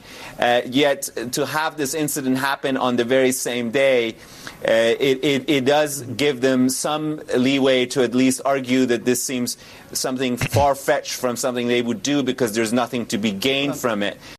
Yeah. You know, that's kind of a long-winded similarity to the RT report, which is a little tighter. The British like to talk. Yeah, they do. But it's a lot different than what we get here. This is the CBS report on Iran and oil tankers. Okay, sorry about that. Here we go. Saudi Arabia and the United Arab Emirates are calling for decisive action to protect energy supplies after 2 oil tankers were attacked this week. President Trump says Iran is to blame. Charlie D'Agata is in the UAE tonight with the latest. The tanker Front Altair, in flames and adrift, is now reportedly under tow to the United Arab Emirates. Is everything okay? Its 23 crew members, rescued by the Iranian military and detained, are soon headed home too.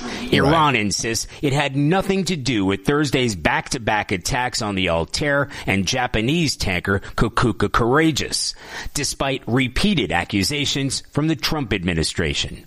Well, Iran did do it, and you know they did it because you saw the boat. I guess one of the mines didn't explode, and it's probably got essentially Iran written all over it. Images from U.S. military officials. Is the president high when he's saying this stuff? What is wrong with him?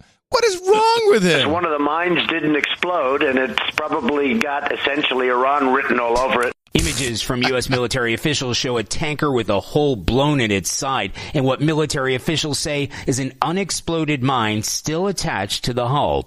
Later, the U.S. military released this grainy video footage showing what appeared to be Iranian forces removing the mine and making off with it. Oh, I love the grainy footage. We can see a matchstick from space, but grainy footage. Germany's foreign minister cast doubt on the evidence, and even the UAE has stopped short of directly naming Iran. This has only been possible by state-sponsored attacks. Now, investigators here will be able to take a closer look at one of the crime scenes as the Kukuka Courageous arrives here just offshore in the coming hours and its contents safely transferred to another ship. I would like to remind us of United States presidents and these types of operations, certainly when the neocons were re-flourishing under the Obama administration in 2012. This is Patrick Clausen of the Washington Institute for Near East Studies, which is a neocon, a-hole, blow-the-world-up think tank. Listen to what this guy was saying. I frankly think that crisis initiation is really tough. And it's very hard for me to see how the United States president can get us to war with Iran. Which leads me to conclude that if, in fact, compromise is not coming, that the traditional way of America gets to war is what would be best for U.S. interests. Some people might think that Mr. Roosevelt wanted to get us into World War II, as David mentioned. You may recall we had to wait for Pearl Harbor. Some people might think Mr. Wilson wanted to get us into World War I. You may recall he had to wait for the Lusitania episode. Some people might think that Mr. Johnson wanted to send troops to Vietnam. You may recall we had to wait for the Gulf of Tonkin episode. We didn't go to war with Spain until the until the Maine exploded. And may I point out that Mr. Lincoln did not feel he could call out the Federal Army until Fort Sumter was attacked, which is why he ordered the commander at Fort Sumter to do exactly that thing which the South Carolinians had said would cause an attack. So if, in fact, the Iranians aren't going to compromise, it would be best if somebody else started the war. One can combine other means of pressure with sanctions. I mentioned that explosion on August 17th. We could step up the pressure. I mean, look, people, Iranian submarines periodically go down. Someday one of them might not come up. Who would know why? We can do a variety of things if we wish to increase the pressure. I'm not advocating that, but I'm just suggesting that this is not a either-or proposition. It's just sanctions has to succeed or other things. We are in the game of using covert means against the Iranians. We could get nastier at that. So the two things I thought interesting about this clip from 2012 is, one, the mention of Iranian submarines that could go down and not come up. And notice how he just skipped over 9/11. Every false flag known to man, even some that are disputed in the lexicon, there's that 9/11 thing. Let's not talk about that. Just skip over that. But that's the thinking. That is recent. It took 25 years before the Gulf of Tonkin thing, even though everyone knew it was a fake, got into the news media. The news media, they dropped the ball for 25 years. Yeah. Maybe longer. Well, we only have a couple more then until 9/11 can be uncovered for real. Well, it's got a lot more to go. So let's hear what RT has to say, which is, again, very similar to the BBC report with a little more, a little. Even though it's a discussion, it's a little gets to the point a little better. About what happened, we have not only the government sources, but the media rushing to pin the tail on the designated culprit under circumstances that seem awfully convenient, don't they? I mean, here, how many people have been saying that the rush to war toward Iran seems to be abating somewhat? We've got Abe going to Tehran. Maybe he's got a message from Trump. Maybe there's a first step to working things out, and then, bam, something happens. It's awfully convenient, and you say to yourself, all right, is it too convenient? So it's important to point out, by the way, that Iran was in the midst of high-level and friendly meetings with the Japanese prime minister in and around the time the tanker attacks took place. What's, I guess, most important here is that the tanker was a Japanese vessel. And Iran officials asked, what sense would it make for us to attack a Japanese vessel while we're meeting in a friendly confines with Japanese officials? Meanwhile, one other note, and this is important. The attack has sent the price of oil across the globe way, way up, and the trend has continued. I have a clip that follows this perfectly from the CIA broadcast systems, CBS. Our old buddy Mike Morrell was asked to comment. former deputy director and at one point acting director of the CIA. How much risk is there of this becoming a military conflict? Margaret, I don't think the United States will respond militarily here because we were not attacked directly. And I think that would be a predicate for the president to respond militarily. But I think the risk of conflict is growing, and I think it's growing dangerously. And I think the way it could play out is that one of our allies, the United Arab Emirates or Saudi Arabia, would respond to this attack or another attack like it to deter the Iranians, and that would escalate into a broader conflict that could draw us in. Today, Iran's top diplomat called the timing of this suspicious, trying to distance themselves from it. So why would they go through with an attack? They are under a tremendous amount of pressure because of the sanctions that we've put on them. Their economy is suffering. Their response here is to try to get the rest of the world to put pressure on us to ease up. And they want to do that by raising oil prices and creating an atmosphere of a risk of war. I think it ultimately backfires on them, Margaret, and they end up more isolated. This is this guy, he's not the guy you want to be doing this stuff with. He's not a good actor. No. And he doesn't make a lot of sense. What he said made zero sense. It doesn't. He just yaks and yaks and yaks. He didn't say right. What is that thing he always says? Right. Yeah, he usually said right. Maybe he's off of that. Maybe he fixed that. Well, maybe someone finally said, "Bro, stop that." Right, bro. Stop saying right after every right all the time. Do we have an example of him doing that? Probably. He is not pulling this off very well. The whole thing makes no sense. I think if he would have stuck, the other thing is if you're going to make these kinds of, COINTEL points, you want to do it with just finding one good point.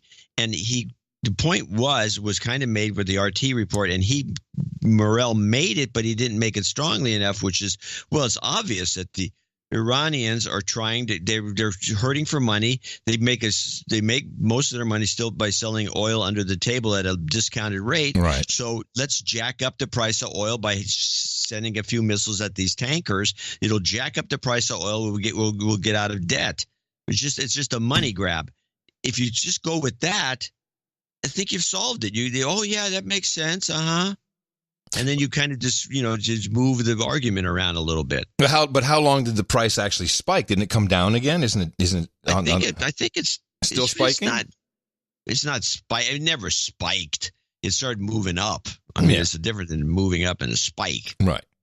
And well, the thing is, no matter what, if you're on the inside of these types of operations, it's a moneymaker.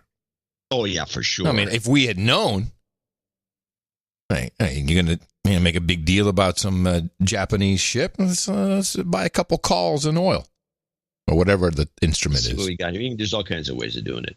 Let's see what the price of oil is. All kinds of ways that we never do it is what you're trying to tell me. Well, the last was 52.51, but that's low. I thought it went up to 60 plus. I think that was Brent. Oh, there's two kinds of oil, and the cheesier one is cheaper. What's the cheese? The crude oil. Why is it cheesy? It's because it's got a lot of sulfur in it and has to be treated. It's just cheesy oil.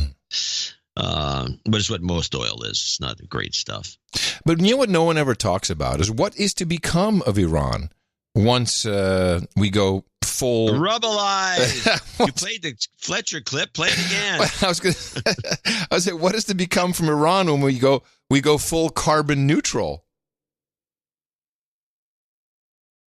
Well, they themselves believe that the oil is a short-term thing because they want to be, and they claim this. I don't believe. I do believe that they are building bombs, or they want to build bombs, but they want to build nuclear power plants. Yeah, and so does Saudi Arabia.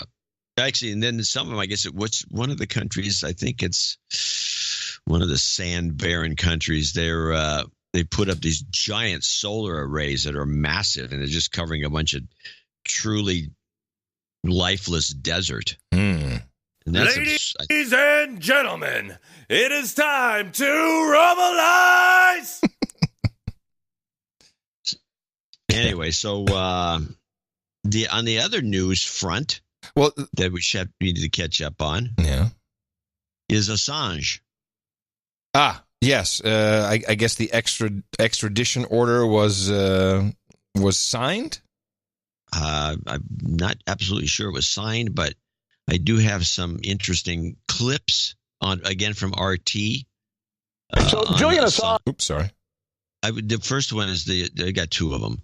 So you don't want the thoughts. You want Julian Assange with Rick Sanchez and a rundown with a kicker. So Julian Assange appeared in court today for what may very well be one of the most important legal decisions of our time. On trial is the notion that a country, in this case our country, can reach out anywhere in the world and arrest someone for writing something, saying something, or publishing something it does not want decimated. Now, he said he's supposed to say disseminated. He said decimated. And he stupidly said decimated. Which kind of fits in an odd way. It does fit in an odd way, but it was a complete botch, and I got a big kick out of hearing it because he never corrected himself. Blunder. So he's obviously just reading like a robot. Mm-hmm. If you're not listening to yourself. Anyway, it goes on. He brings in Chris Hedges, the kind of lefty Pulitzer Prize winning journalist, who's really a good journalist, but he's, very compromised by his left-wing leanings. Thoughts on thoughts on Julian Assange on RT with Hedges Sanchez clip. I've been following part of the arguments from the United States, and they're saying something about that it has nothing to do with him being someone who disseminates or publishes information, and that it has more to do with the fact that it was espionage and that he cracked some kind of code. Can you put some clarity behind what the United States is saying about this code that he apparently cracked and what Assange's side is saying about this? Right. Well, that goes back to the issue I just spoke about. It was an attempt to essentially bypass the security, the password and security, so that Chelsea Manning could cover her tracks. So it wasn't clear that it was Chelsea Manning breaking in and downloading these documents. The charges under the Espionage Act are just frankly legally bizarre. Julian Assange is not an American citizen. He's an Australian citizen. And at one point, before Lenin Moreno revoked his citizenship, he was an Ecuadorian citizen. WikiLeaks is not a U.S.-based publication. And so the legal precedent that this sets is number one, that anyone who publishes classified material it can be subject to the Espionage Act, as recent editorials in the New York Times, the Los Angeles Times, and the Washington Post correctly pointed out. But secondly, that any journalist anywhere in the world that in the eyes of the United States violates security can be seized and carted back to the United States for trial. Well, yeah, that's why China decided to do the same thing. They're like, tit for tat, everybody, let's do this. This is absolutely the correlation I wanted to make. Yeah. China and their extradition laws in Hong Kong, which I have some clips of because that seems to be falling apart, is doing the same thing. That they're just copying our lead. And there's nothing wrong with it. We're number one, baby. So Chris Hedges on espionage. He continues by discussing the chilling effect of the Espionage Act and its problems. And I think, the fact that I have to go to RT to get this opinion, and even though we can do these opinions ourselves, is kind of pathetic that the American media doesn't do something about or make a bigger stink about this. Chris Hedges on Espionage Act problems. Right. And I have to say this began under the Obama administration with the misuse of the Espionage Act, a 1917 act passed by Woodrow Wilson, which was the equivalent of the British Foreign Secrets Act, i.e. it is about giving classified or top secret information to a hostile power. That's what it was designed for. Mm-hmm. It wasn't designed to shut down whistleblowers. Obama, it had been used 3 times, including unsuccessfully especially against Daniel Ellsberg. Obama used it 9 times against, for instance, Edward Snowden and others, John Kiriakou, and that had a huge chilling effect because all of those people with a conscience within the systems of power that traditionally had the courage to reach out to journalists and expose abuses of power no longer did so because, number one, of course, they know they're monitored. We now know from Snowden they're completely monitored, but also because they knew how they would be charged. And this is really compounding that problem. It will now, if Julian is extradited to the United States, if he is charged under the Espionage Act, although, as I mentioned, he's not a U.S. citizen, this is going to send a very ominous message to publications like the New York Times and others that you better not try this. I really fear that it could drop a kind of iron curtain between the public and the inner workings of power. I think it bears, it's worth repeating what Pachenik said about this, since he is my official handler, and we did this 2 weeks ago. Just to refresh your memory, on November 1st of 2016, we had never heard of Pachenik, but I played this clip. So we initiated a counter coup through Julian Assange, who's been very brave and really quite formidable in his ability to come forth and provide all the necessary emails that we gave to him in order to undermine Hillary and Bill Clinton.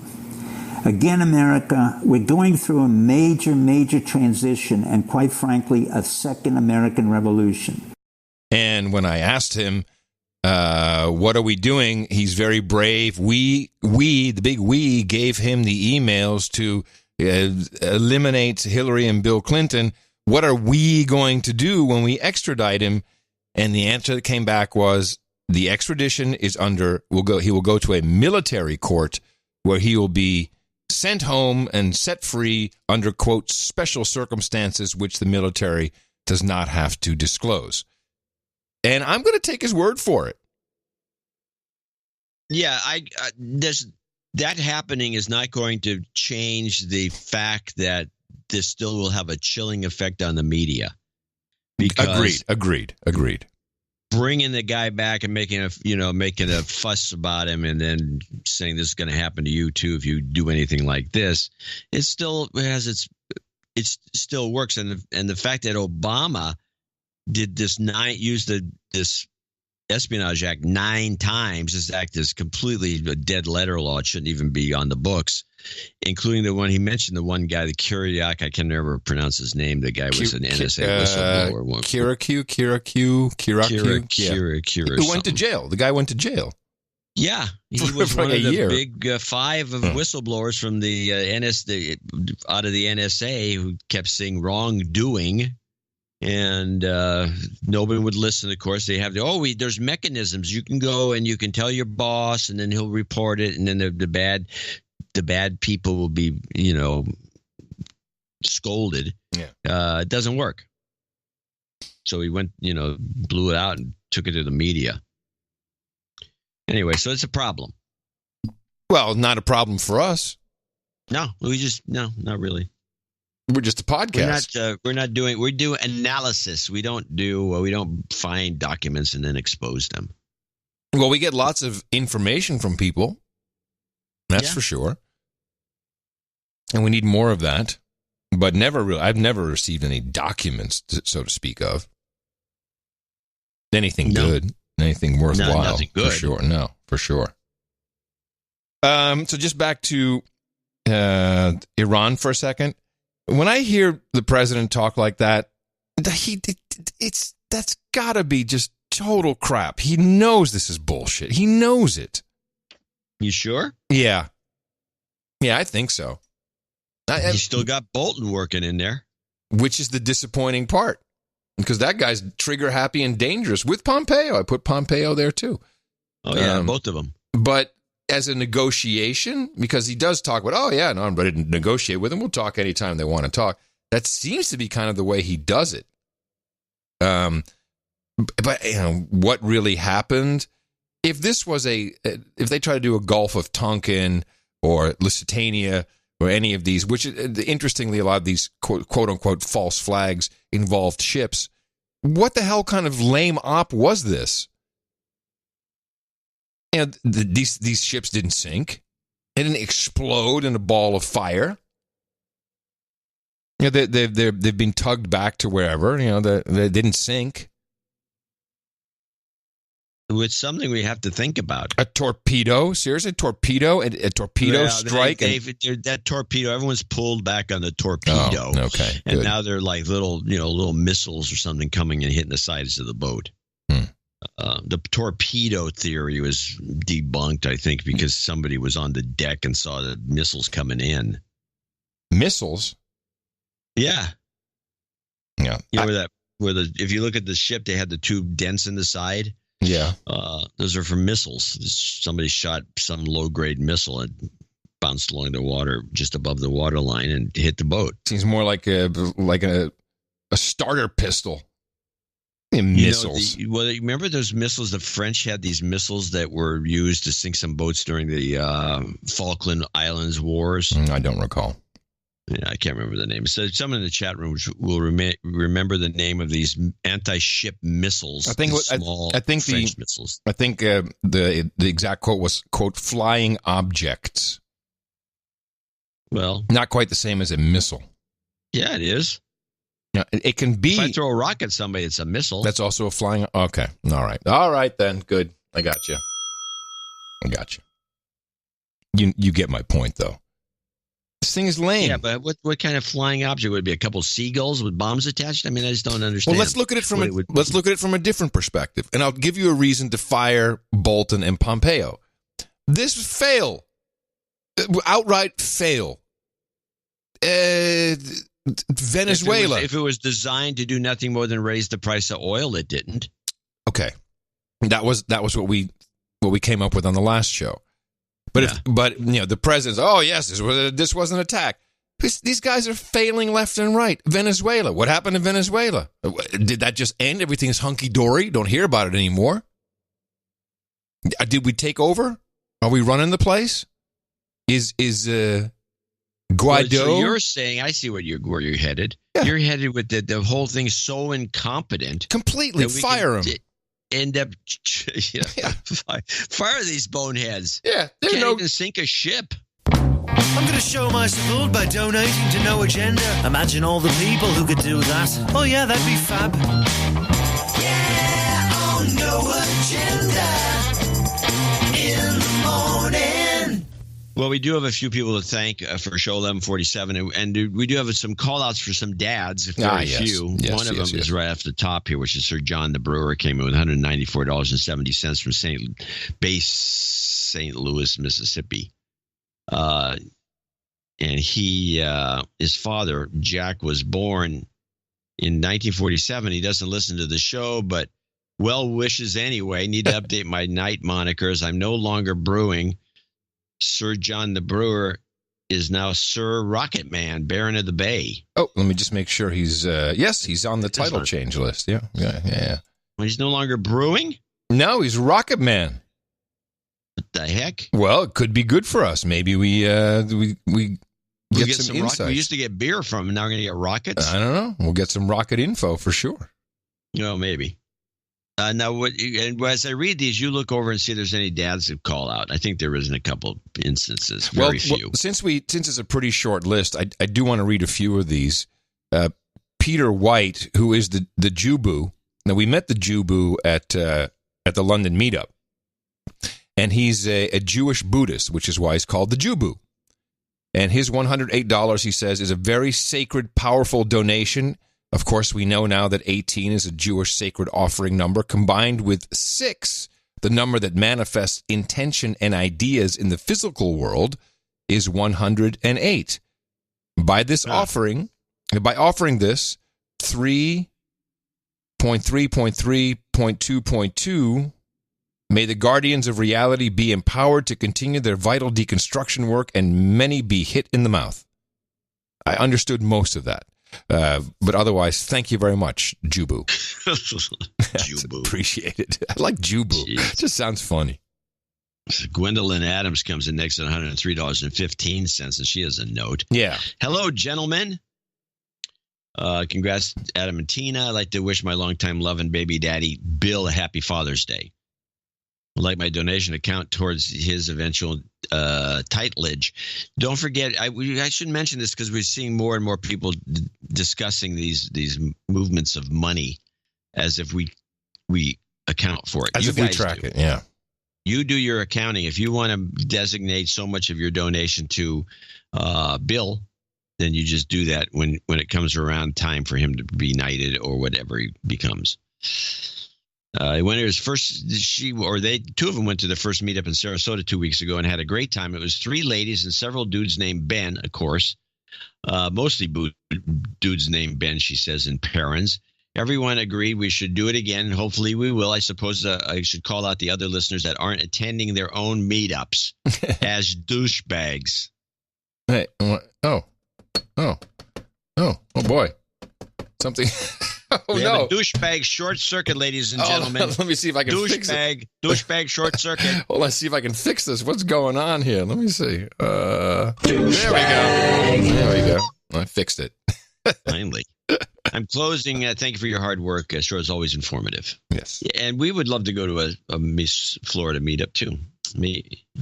Matt in Brighton, and she came in with $103.15. Matt in Brighton, UK. Oh, yes. Matt gave us an empty envelope during the meetup. Yeah. And this, he says, is filling the empty envelope I gave Adam. Matt of Brighton, thank you for your courage. Appreciate it. Cute. Mm-hmm. Gregory McGregor in Madrid, España, $100.01. Does he have a dad here? He's got some 2-year-old son, former jingle for. Oh, he's karma for his wife. We'll put that at the end for you. Yes, for sure. Special shout out to all producers in Spain. Donald Gogan, $99.99. Newsletter call, donation, Father's Day, no. Dame Bang Bang. Yes. Wish my smoking hot husband, Sir D.H. Slammer, a happy Father's Day and a happy birthday on June 20. He's one of the guys who monitors the newsletter and where it shows up in what mailbox. Mm-hmm. And so he comes with this last one. It came in. The last mailing was weird because he came in and said it went to the regular box. Yeah. And there was a lot of kickback, a lot of auto replies. When there's more than 3 of those, I know that the newsletter went out and didn't get. Okay. He's a canary in the coal mine. Well, he's one of them. Mm-hmm. Every single other monitor I have, and there's about 6 of them, they all said it went into promotions. Huh. Yeah. The thing is completely baffling. So he says, I wish my smoking hot husband, Sir D.H. Slammer, a happy Father's Day and a happy birthday on June 18th. I think we congratulated him on the last show for that as well. Here are some boobs for your special day, which he's saying to Sir D.H. Slammer, not to us, sadly. Love you, mean it. 8008. Love you, mean it. Can I get a boobs ballpark jingle and some goat karma? And she's the Baroness of the Central California coast. Yeah, what? Wine growing country. Boobs ballpark? I don't know. Let me see. Grant Convey 8008 for my dad Ron. Mm-hmm. George Kunath 70. To wish his dad a happy Father's Day. Trevor Naismith, the inventor of basketball. Douchebag call out for Uncle Bobber or Bober? Douchebag. You've been listening for years. Add some value for value. The show got you through enough multiple deployments. NKAWTGN.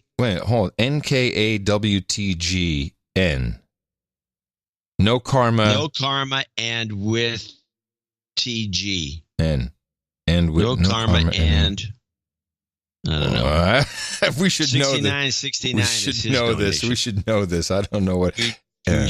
We'll figure it out. Yeah. Eric Spunseller 6666 Black Knight. Oh, was he the Black? No. Black Knight of the Sir Lineman of the Net Raleigh Hawk. Yes. Anna, Illinois 6611. James Durante 6161. And he wishes us a happy Father's Day and to his dad Happy Father's Day, Dad, to my dad, John, and to myself, ITM. Yes, thank you. Sir Daddy Cast 6160.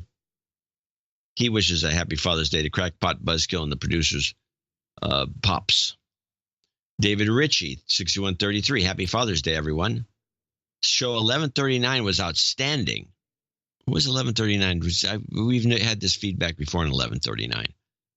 Ryan Brady, $58 from Pittsburgh, Pennsylvania, in honor of his late father. I'd like to have loved listening to you guys. Miguel Lopez in Flanders, New Jersey, 5678. Happy Father's Day to my dad, Tony Lopez. 1139 was your interview show. Oh. Lee Scarbeck in Springfield, Pennsylvania, 5510 for my dad, Jimmy. Now we got a lot of dads, and I was mistaken. Yeah, I think we were kind of off there. A lot of people love their dads. Yeah, well, I'm sorry I said otherwise. Sir Milkman, the 5150. Our dear grandpa passed away 2 weeks ago. He's a loving father and stepfather to our dad. Sir Patrick Coble there in Murfreesboro, 51 or nearby, 5136. Happy Father's Day to my dad and to all the producers that are dads too. Some travel karma as I head back from the London meetup. What a great group of people, and I think they will be doing it again. It was a more difficult task to pay for almost everyone's tab. Oh, shit. I was able to. Did Patrick wind up paying for everybody? That's what it sounds like. Jeez. And he does that. Yeah, this guy, he is a true gem of a human resource. What a great guy. The Earl of Tennessee, Sir Patrick Coble. Thank you so much. Yeah, he's quite entertaining to talk to. I was able to treat a lot of people with drinks, which was fun. Thank you both for everything you do for this community after going to now 4 different meetups, Nashville, Sacramento, Train Museum, Des Moines, and London. It is clear you are all building a community of similar thinking people that may not all agree, but can deconstruct news and have different opinions without getting upset. That's correct. Matthew Smith, $51 in the UK. Sir Jackson in Levelland, Texas, 50-50. I'd like to do a Father's Day call-out for my dad, Dan Butler, my grandpa, Harold Corder, and my father-in-law, Santos. Karma for all the fathers out there. We'll put that at the end. John Camp in Antlers, Oklahoma, 50. The following people are $50 donors, name and location if possible. Sir Jackson was in Levelland, Texas. John Camp was in Antlers, Oklahoma. Serena, I'm thinking. Cantania, 50, parts unknown. Dame Beth. Dame Karen Selsor. To Sir Bradley Selsor, best dad in the universe from Dame Karen. John Holler in Missoula, Montana. Keith Yarborough in Austin, Texas. Pate Snakes in Amsterdam. Sir Pate. Sir Chris Lewinsky, for that matter, in Sherwood, Alberta. Once the richest place in Canada. And last but not least, Oliver Reich in South San Francisco, California, who should come to one of our meetups when we do them around here. Let's see what else we have here. We have a Father's Day call from Melissa to her best dads. The best dads I know, my smoking hot best boyfriend, Mark Stewart. We have a birthday from one guy. Let's see if we get Matthew Funk. I think he's saying Happy Father's Day to Bob Funk in Bakersfield. Yep. Lisa Stelter, Happy Father's Day to Paul from Lisa, Amelia, and Sammy, and our soon-to-be new human resource, Olivia. And let me scroll down. I think that's what we have. Yeah. One of our producers sent me an email, and I wish. Let me see if I could find this. It was a happy Father's Day card from his 15-year-old. And it said, and he sent me a picture of it. It says, "Happy birthday to the best dad in the universe, according to the Mueller report." I mean, that's a cool kid. I like that a lot. It's very funny.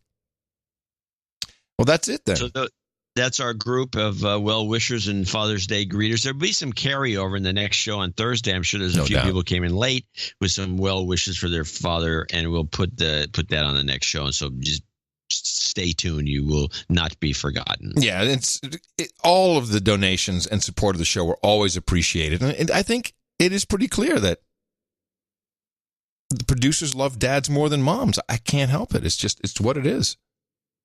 I'm having to agree with you. It's what it seems to be. Of course, moms. They always get the they always get gypped. I know, poor moms.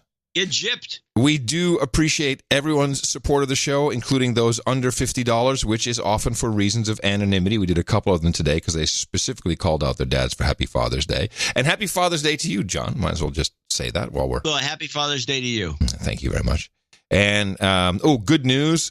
Podcastlicense.com seems to be resolved. I think that we're getting that back up and running. So those of you who have a boarding pass, that should be working again, and I should be able to work on the backlog to get some of those boarding passes set up. If you don't know exactly what we're talking about, there's many ways to support the show. If you want to find out all of the different ways, you can go to Dvorak.org/NA and find out everything you need to know about it. We'll have another show on Thursday coming to you from Portugal, at least half of the show, and as requested, we need a couple of karmas.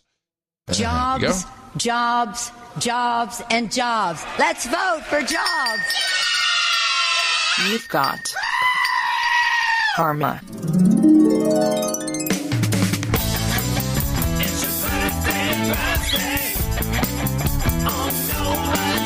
Yeah, we really only have two. Today is the 16th of June, 2019. Joao Alves turns 33 tomorrow, the magic number. And we might as well say happy birthday again to Sir D.H. Slammer, who will be celebrating on the 18th of June. Happy birthday from us and everybody here at the best podcast in the universe. Come gather round, douchebag, producer and slave, as we all thank your brothers and sisters who gave, and some of them nights, some of them days, for the titles are a-changing. Two title changes on deck today, and that is often because of the upgrade in status, with another $1,000 supported the show. Sir John the Brewer now becomes Sir Rocket Man, Baron of the Bay. Congratulations. As Sir Dave becomes Viscount of America's Heartland and Saudi Arabia. And thank you also for your support. Quick list of look at our meetups. Now, this just came in. I don't think it's listed yet on noagendameetup.com. By the way, is it just me, or are we missing a place on noagendameetups.com to add a report and photos of how it went? Seems like that's something that belongs there, don't you think? Should be able to upload. Be a bad idea. Yeah, I'll upload the picture. Yeah, then we'll ask Mimi if she can talk to the team over at noagendameetups.com. So June 28th, that'll be next. What is it? Next week, Salem, Oregon. That's Friday the 28th. Local 33 South will be hosting a meeting, so that should be on noagendameetups.com today, hopefully. Then also July 4th, Seattle, Washington. July 9th, Knoxville, Tennessee. The 13th, Atlanta, Georgia. And 2 on July 20th, Southwest London, into effect again. Also Buffalo, New York. Find out all of the meetups in your area, or start one yourself by going to noagendameetups.com. And thank you all for your courage in supporting the program. PC Magazine hates us. Well, they've never put us on their top podcast list. Now, my advice to people. Let me just explain what we're talking about, because no one understands it. They have the best podcasts for 2019. Podcasts offer you a great way to pass the time, whether you're commuting, working, or relaxing. Check out our staff's 64 favorite podcasts in 8 categories. And we're not listed anywhere. No, of course not.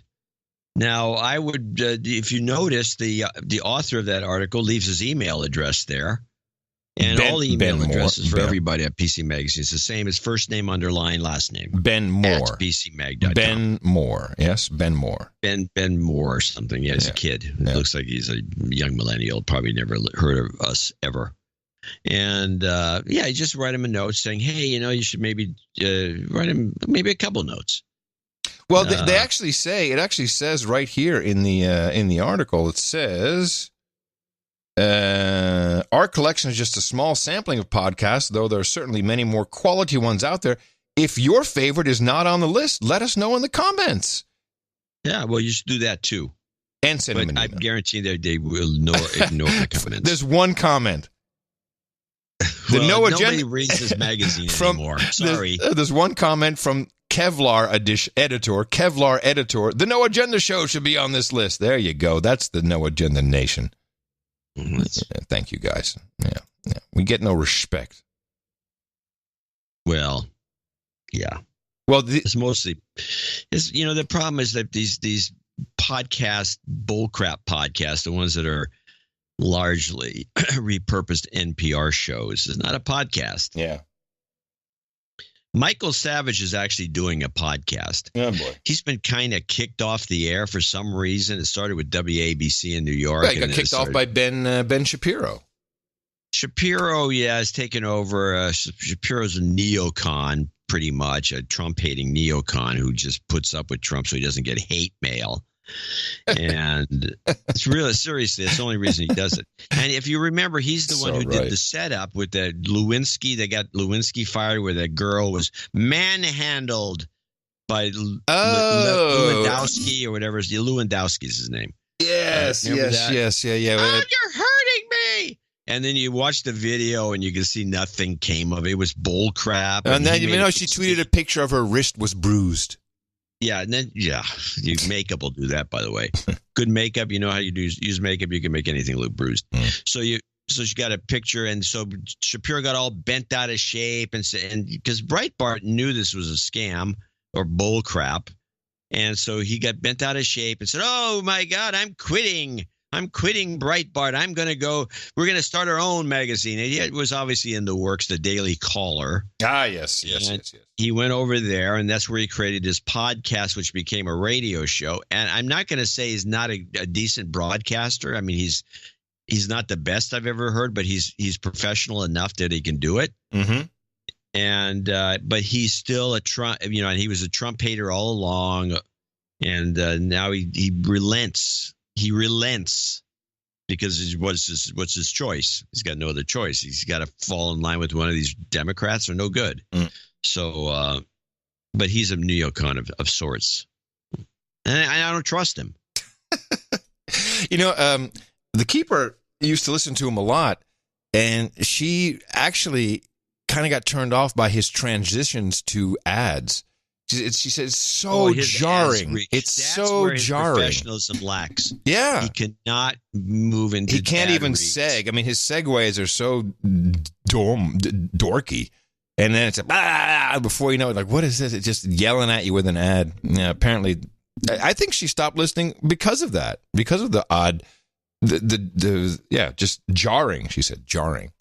It is jarring. He's not good at that, and that's a certain skill that he doesn't have. But he clearly has an audience of hot chicks. Hello. Maybe. No, I'm pretty sure. For some reason, some women consider him to be a handsome, fast talker. There you go. Quick on the draw.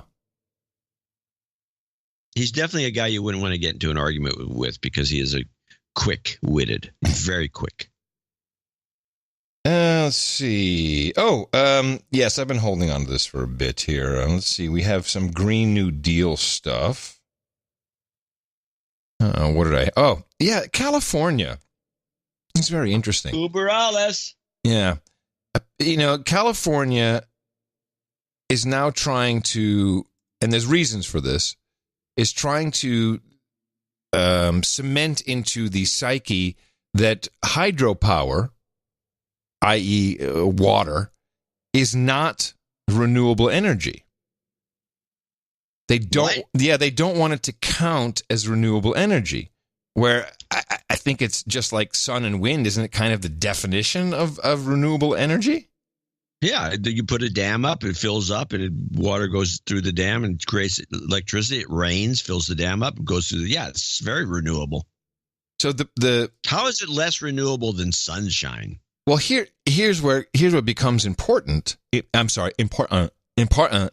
It becomes important where they have targets to hit. By 2030, 60% of all electricity in California needs to come from renewable sources. So does this mean that they're trying to get more money into wind and solar and say, oh, no, that doesn't count. You can't say that that's part of our 60%. More money into wind and solar. Whereas I think hydropower is, without question, very effective. Well, they've been taking some dams out. No, brother. And they did that in Washington State, too. They screwed up some area. Why? Why are they taking the dams out? The fish. The fish are having trouble getting upstream. Oh, the fish. Well, here's the doofus of the week clip from Trudeau, your Scandinavian PM.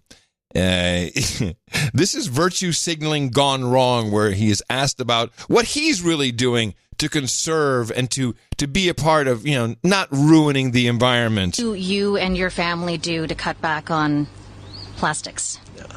We have recently switched to drinking water bottles out of when we have water bottles out of plastic. Away from plastic towards paper, like drink box water bottles, sort of things. There's a number.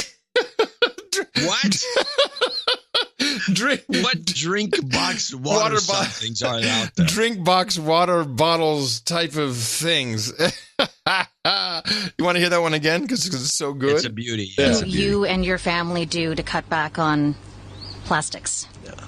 We have recently switched to drinking water bottles out of when we have water bottles out of plastic. Away from plastic towards paper, like drink box water bottles, sort of things. There's a number. Drink box water. Can I have the drink box water bottle thing kind of for you, please? Hey, we don't use plastic. We're good. We're good for the environment. That's virtue signaling gone wrong, ladies and gentlemen. Well, it's epic fail. Yes. What name would show me a picture of one of these drink box water thingies? So the FCC is working on some tactics here regarding 5G, which is probably worth looking at. Now, we know that as 5G rolls out, there's a whole bunch of issues with where we're going to place where the microwave transmitters are going to be placed, and already we have municipalities or everyone's passing laws. They want to make sure that there's not too much money can be spent, and the networks are looking for easy ways to pay people with properties to put up antennas, basically. And there's an acronym for it. It's OTARD, which I like a lot. OTARD, everybody. It turns out the Federal Communications Commission, the FCC, has an old rule called the OTARD rule, which stands for Over-the-Air Reception Device. The rule was adopted as part of the 1996 Telecommunications Act, and it prohibits any local authority or private landlord from restricting the right of homeowners or tenants to install a satellite dish or other antenna to receive video signals. Back in 2002, in response to the fast-growing internet, the FCC changed the wording of this rule to include transmitting antennas as well as receiving antennas.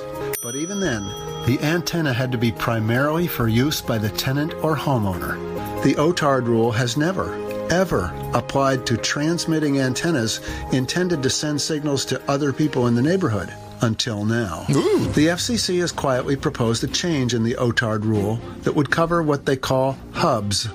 This would allow any homeowner to have a 5G wireless antenna installed on his property and, according to the FCC, empower consumers to help bring competitive wireless broadband to their communities by hosting hub sites. Hell yeah. Since the antennas will be on private property, there will be no hearing, no notice, no opportunity to object. You might not even know about it, unless, of course, you had a meter to measure the radiation. So this is concerning that your neighbor can now put one. Well, when the rule changes, your neighbor could put up a hub and be beaming. Stop the rule. Sorry? Stop the rule. Yeah, but they're all for the rule. It's a dumb rule. Now, let's start. This is now, I'm very irked about this, by the way. I thought I'm glad you are. So so I have one of these 5G repeaters in my roof for the beam down on my neighbors, let's say. Yes. To fry them. Get paid? Yes. Yeah. You'll get paid. How much? I don't know yet, but I'm sure handsomely.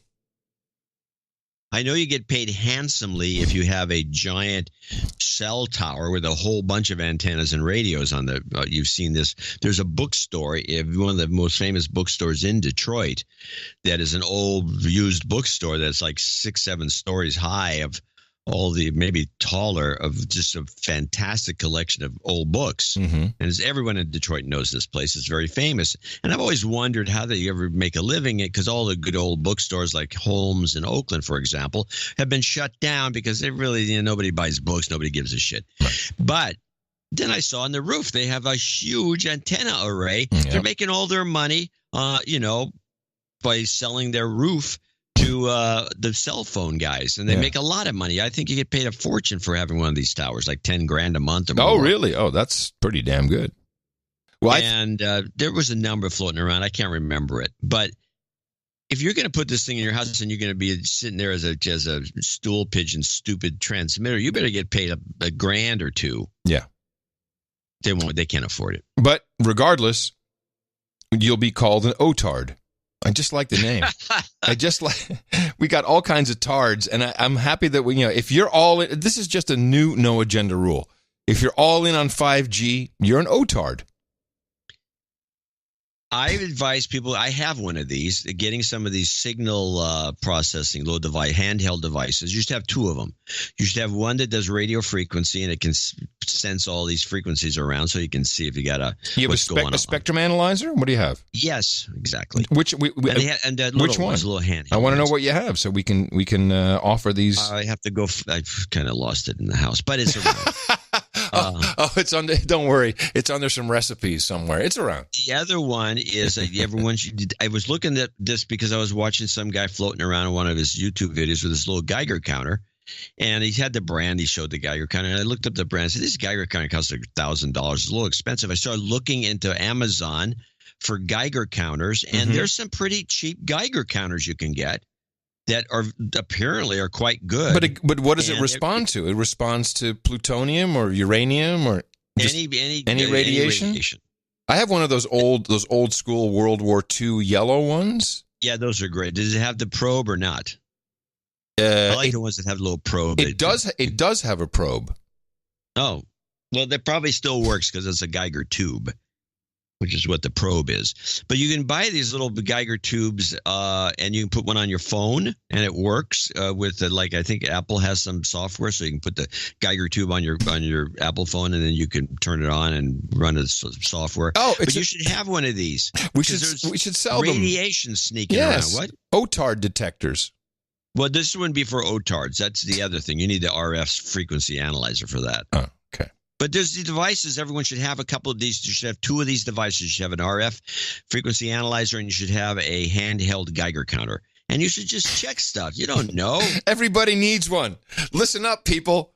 You need one of these. Frequency analyzer, spectrum analyzer, and a Geiger counter. Geiger counter. How can you live without it? We should be selling iodine. Just a thought. Well, I don't know about that. I'm not getting that far off the topic. Right. Well, let's take a look. Here's a couple of dumb stories. Oh, no, let's go back to politics. So this is a classic, and this is two people presenting the story. This is just killing me. Kellyanne Conway and the Hatch Act. I got two clips. Let's start with the PBS version. Okay. The White House today dismissed a call to fire presidential aide Kellyanne Conway. The U.S. Office of Special Counsel, unrelated to Special Counsel Robert Mueller's office, said that Conway repeatedly violated the Hatch Act, a law that limits political activity by government employees. The independent agency cited Conway's criticism of Democratic presidential candidates. It also quoted her as saying, "If you're trying to silence me through the Hatch Act, it's not going to work." The White House condemned the finding as deeply flawed. So the Hatch Act was designed to keep people, your president, from taking everybody in the White House and having them do phone calls to get money. I mean, that's pretty much what the thing was designed for. Kellyanne goes out and she says, yeah, this guy's an idiot. Oh, that's political. That's political. She says it's not really political. It's a comment, and it's probably accurate. But let's hear it, because democracy now takes it to the next level, and they really slam her. A federal watchdog recommended Thursday Kellyanne Conway be removed from her post as White House counselor for violating the Hatch Act, a law barring federal employees from engaging in political activity as part of their official duties. In a report submitted to President Trump, the Office of Special Counsel called Conway a repeat offender, saying she's repeatedly used TV appearances and social media to disparage Democratic presidential candidates. Among Conway's ethics violations, she twice violated the Hatch Act by endorsing Alabama Republican Senate candidate Roy Moore while speaking in her official capacity for the White House. In early 2017, Conway used an appearance on Fox and Friends to promote the Ivanka Trump clothing line sold by the president's daughter.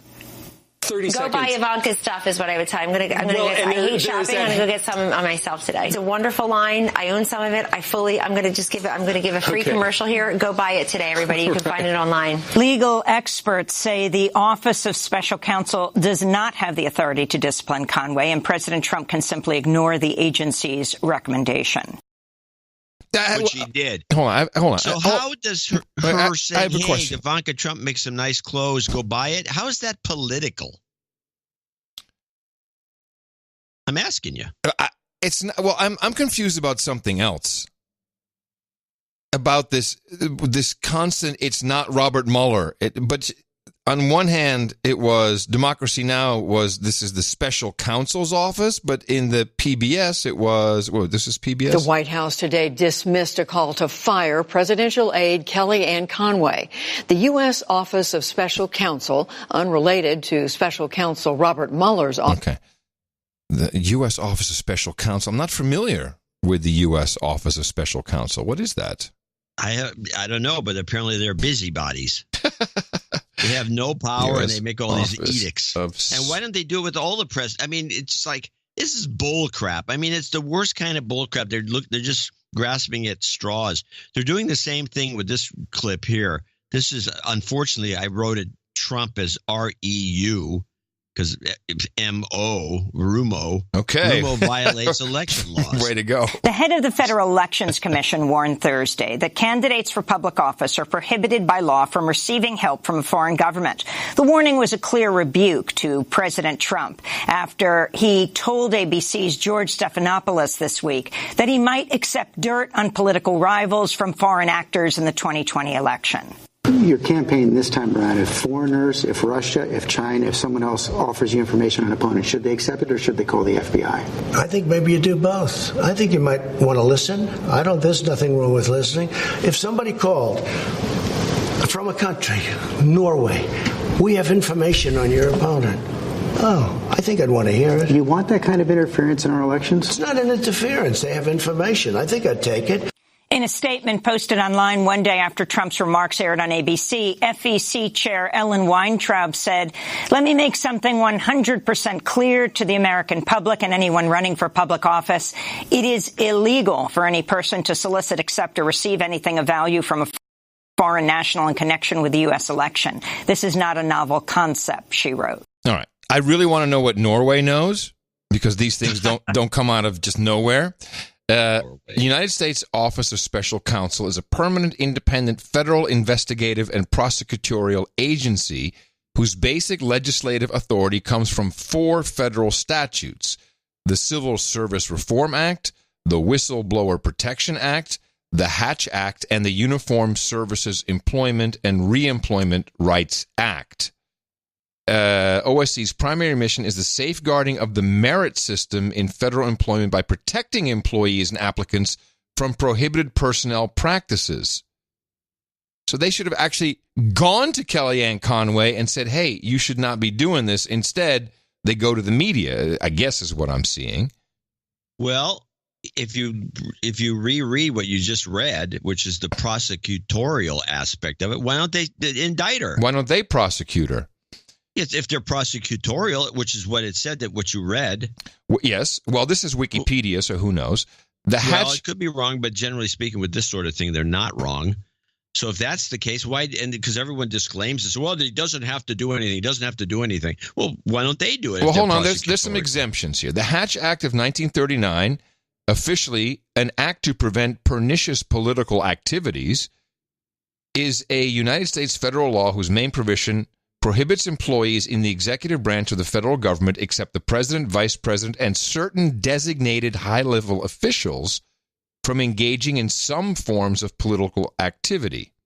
So let's take a look at who these high-level officials could be. So what are the exemptions? Well, they wouldn't have made a fuss if Kellyanne was an exemption. So the exemption has to be the vice president for sure. No, it says vice president and certain designated high-level officials. Has anyone been prosecuted under this? No, this is a bull crap operation. This is a drinking club. There's a bunch of these little government agencies that do nothing more. Well, they got hey, we haven't done a report in 5 years. What are we going to do? So these employees who fall under the Hatch Act may not use official authority or influence to interfere with an election. Jeez, that's pretty broad. And so what's that to do with Ivanka Trump's dresses? Solicit or discourage political activity of anyone with business before their agency. Solicit or receive political contributions. Oh, there it is, because she received some clothing. Be candidates for public office in partisan elections. Engage in political activities while on duty in government office, wearing an official uniform, using a government vehicle. Yeah, this is bull crap. It's total bull You know what it is? crap. It's misogynist is what it is. Well, in this case, yes, I agree. Completely misogynist. So, unfortunately, Sarah Sanders is quitting. I do have a clip to announce that. Separately, Sanders President quits. Trump announced that White House Press Secretary Sarah Huckabee Sanders is leaving at the end of the month. At a White House event, he called her a warrior. Sanders said she's going home to Arkansas to spend more time with her family. This has been the honor of a lifetime, the opportunity of a lifetime. I couldn't be prouder to have had the opportunity to serve my country and particularly to work for this president. In the meantime, I'm going to continue to be one of the most outspoken and loyal supporters of the president and his agenda. Sanders worked on the Trump campaign, joined the White House staff, and took over as press secretary in mid-2017. Her tenure was marked by the end of regular media briefings and questions about her credibility. On the virtue signaling Twitter, it was quite discouraging to see fellow countrymen post such stuff as, "I hope she never works again, that lying bitch." It's like, geez, people, leave her. It's really, yeah.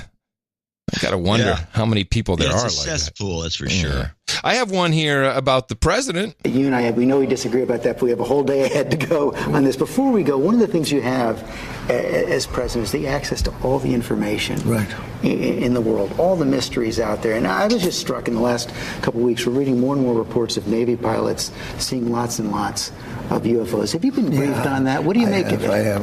I think it's probably... I want them to think whatever they think. They do say. I mean, I've seen, and I've read, and I've heard, and I did have one very brief meeting on it. But people are saying they're seeing UFOs. Do I believe it? Not particularly. Do you think you'd know if there were evidence of extraterrestrials? Well, I think our great pilots would know. And some of them really see things that are a little bit different than in the past. So we're going to see. But we'll watch it. You'll be the first to know. Yeah. Well, he won't be the first to know, so that's a lie. Yeah. Lie! Yes. That would go down as a lie. Yeah. So if he really knows everything, the question I would have asked was, so did you ever see the birth certificate? That's the question I'd want to know.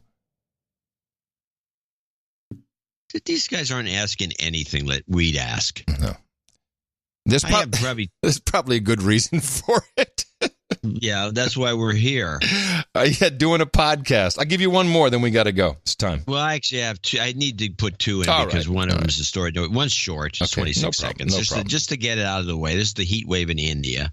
So we know this is not being reported. Meanwhile, Indian officials are blaming an intense heat wave and drought for at least 36 deaths in some regions south of Mumbai, India. Whole villages have been evacuated, with an estimated 90% of residents fleeing their homes in recent weeks due to searing drought and crop failures.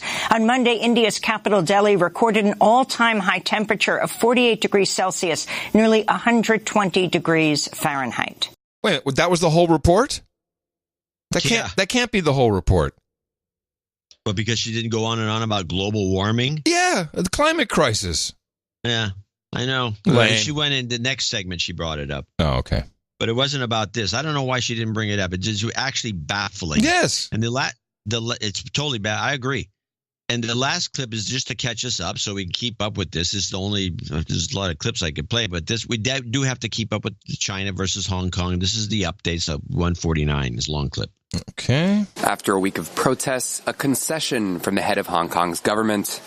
She announced the indefinite suspension of a controversial bill that would allow extraditions to mainland China. My relevant colleagues and I have made our best efforts. But I have to admit that our explanation and communication work has not been sufficient or effective. The Council will halt its work in relation to the bill until our work in communication, explanation, and listening to opinions is completed. The move comes amid intense pressure from the street. More than 1 million demonstrators last weekend, according to organizers, followed by another mass march on Wednesday. That protest was marked by clashes with the police, who fired off rubber bullets as well as tear gas. Opponents of the bill aren't satisfied with the government's announcement. They're maintaining a call to protest on Sunday. If this bill passes, it's definitely unfair to Hong Kong. We don't want postponement or more deliberation. It must be a withdrawal. We will definitely come out and stand our ground Sunday and tell them we won't retreat without withdrawal of the bill. A pro-democracy lawmaker also expressed disappointment, criticizing Hong Kong Chief Executive Carrie Lam. If she refuses to withdraw, to scrap this controversial bill altogether, it would mean we wouldn't retreat. Carrie Lam has lost all credibility amongst the Hong Kong people. She must step down. Critics of the proposed law say it encroaches on Hong Kong's autonomy. China, for its part, says it supports the decision to suspend the bill. One of our producers, who is Chinese Canadian American, sent me a note, kind of a scathing note.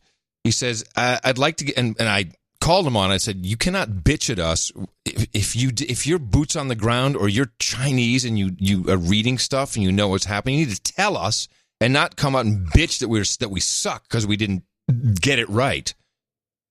Apparently, this law stems from a case of failed extradition, which set a murderer free. This guy chopped up his girlfriend, his pregnant girlfriend, cut her up into pieces, and then stuffed her into his briefcase. He escaped back to Hong Kong, and so the Taiwanese failed to extradite him back to Taiwan for trial, and so somehow this then led to this extradition order so they could pull people back from anywhere. But the genesis was a brutal murderer, and I think that us, U.S., probably took advantage of the situation and helped stoke these protests to make China look stupid. Of course, that's what we do. Yeah, and we did a damn good job. In Taiwan? Yeah. Well, then what's it got to do with the mainland? Well, because they want to be able to extradite from anywhere. Well, we know what anywhere in the world. But if it was Taiwan, why don't they just ship the guy back to Taiwan? Hey, I'm just reading the news our producers give us. I don't have the answers, but I'm pretty sure we were all up in arms and happy to stoke some of these protests and get everybody crazy. I still am. Yes, it's ongoing. It has not stopped yet. We're good. It's the same way I feel about bringing Assange in under some screwball pretense. Exactly. And these million people, there's over 1 million people that are bitching and moaning in Hong Kong. They can't, they're all wrong and this, the Chinese are right and they're misunderstood. According to Lam, that's what she says. It's a failure to communicate. This is nonsense. Well, hopefully, more of our producers will weigh in with more information, which we will gladly disseminate to you, or decimate, as some would say, on the next episode, which will be Thursday, and I'll be in Portugal. And John will be somewhere in northern Silicon Valley. Waiting in line at Target. If you're listening to us on NoAgendaStream.com, we've got Rhino the Bearded coming up next. And thanks to Jesse Coy Nelson, Tom Starkweather, for the end of show mixes. Coming to you from the Titanic Hotel, where conspiracy theories have been raging since 1912. In the morning, everybody, I'm Adam Curry. And from northern Silicon Valley, I'm John C. Dvorak. We return on Thursday right here on No Agenda. Remember us at Dvorak.org/NA. Until then, adios, mofos, and such. Not going to happen. No. These guys, there's the dumbs versus the smarts. This is what we heard from everybody. Well, I'm a sick of Rachel Maddow and I'm sick of Sean Hannity. They're creatures of their opinion. The left-right paradigm gives me insanity. You trying to tell me about the booga booga? Well, every time I watch a news to give it another try, someone always says, you're all gonna die. Sometimes I wonder what I can do. No agenda cures bad summertime news. Hurricanes, storms, wildfires. We are dying now. These are the discussions that have to be happening right now. Well, I heard a native had it and made the news phony. Oreo cookies and a new study tonight. How can I sit around and consume so much baloney? I got so used to getting news off the internet. So I threw my TV out cause it made me sick. Living on a deserted island might do the trick. Sometimes I wonder what I can do. No agenda cures bad summertime blues. I wanted to get a news story, but I'm reading about face cream, and I tried to click out of it, but the ad is following me. It's following me all over the screen. Operation Mockingbird plays agents in news stations. Anderson Cooper has 3 security guards all around him now. Propaganda's legal due to U.S. legislation. Dude, you're being just ridiculous. So I called my congressman and he told me, quote, shut your mouth, slave, and don't forget to vote. Sometimes I don't know what am I gonna do, but no agenda cures bad summer news. And don't forget to show your love and donate, or I'm gonna come and find ya.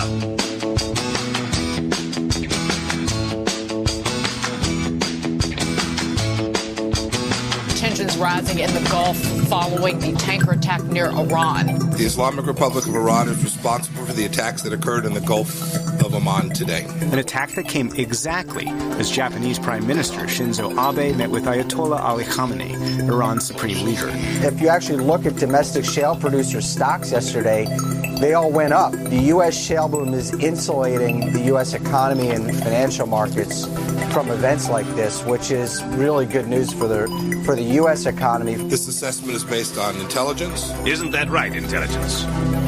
That is affirmative. Yeah, it is inexcusably inaccurate to suggest that anyone lied about it. The idea that we doctored such intelligence is completely and totally false. You talked about how you fell to your stomach when you found out there were no weapons of mass destruction. In the next century, the community of nations may see more and more of the very kind of threat Iraq poses now. A rogue state with weapons of mass destruction. I wish we'd have found weapons of mass destruction. Bottom line, there were no weapons of mass destruction. They said there are weapons of mass destruction. I was against the war. Of course, there are things I would do differently, and I actually, have thought about that time. There'd be more skepticism in the American Congress in the autumn of 2002. That war could not have been waged, at least not, at any rate, not on the basis of weapons of mass destruction. The one about the tubes that suggested, that when the Times published that story on the front page, and it was kind of a welcome sign for Dick Cheney and Condi Rice to go on the Sunday show. The U.S. blamed Iran and will raise the issue in a United Nations Security Council meeting. These unprovoked attacks present a clear threat to international peace and security, a blatant assault on the freedom of navigation, and an unacceptable campaign of escalating tension by Iran. Now, I want to make the case for secrecy in government when it comes to the conduct of national security affairs, and possibly for deception where that's appropriate. If I had to say something I knew was false to protect American national security, I would do it. Obviously, the war in Iraq was a big, fat mistake, all right? Well, Iran did do it, and you know they did it because you saw the boat. I guess one of the mines didn't explode, and it's probably got essentially Iran written all over it. The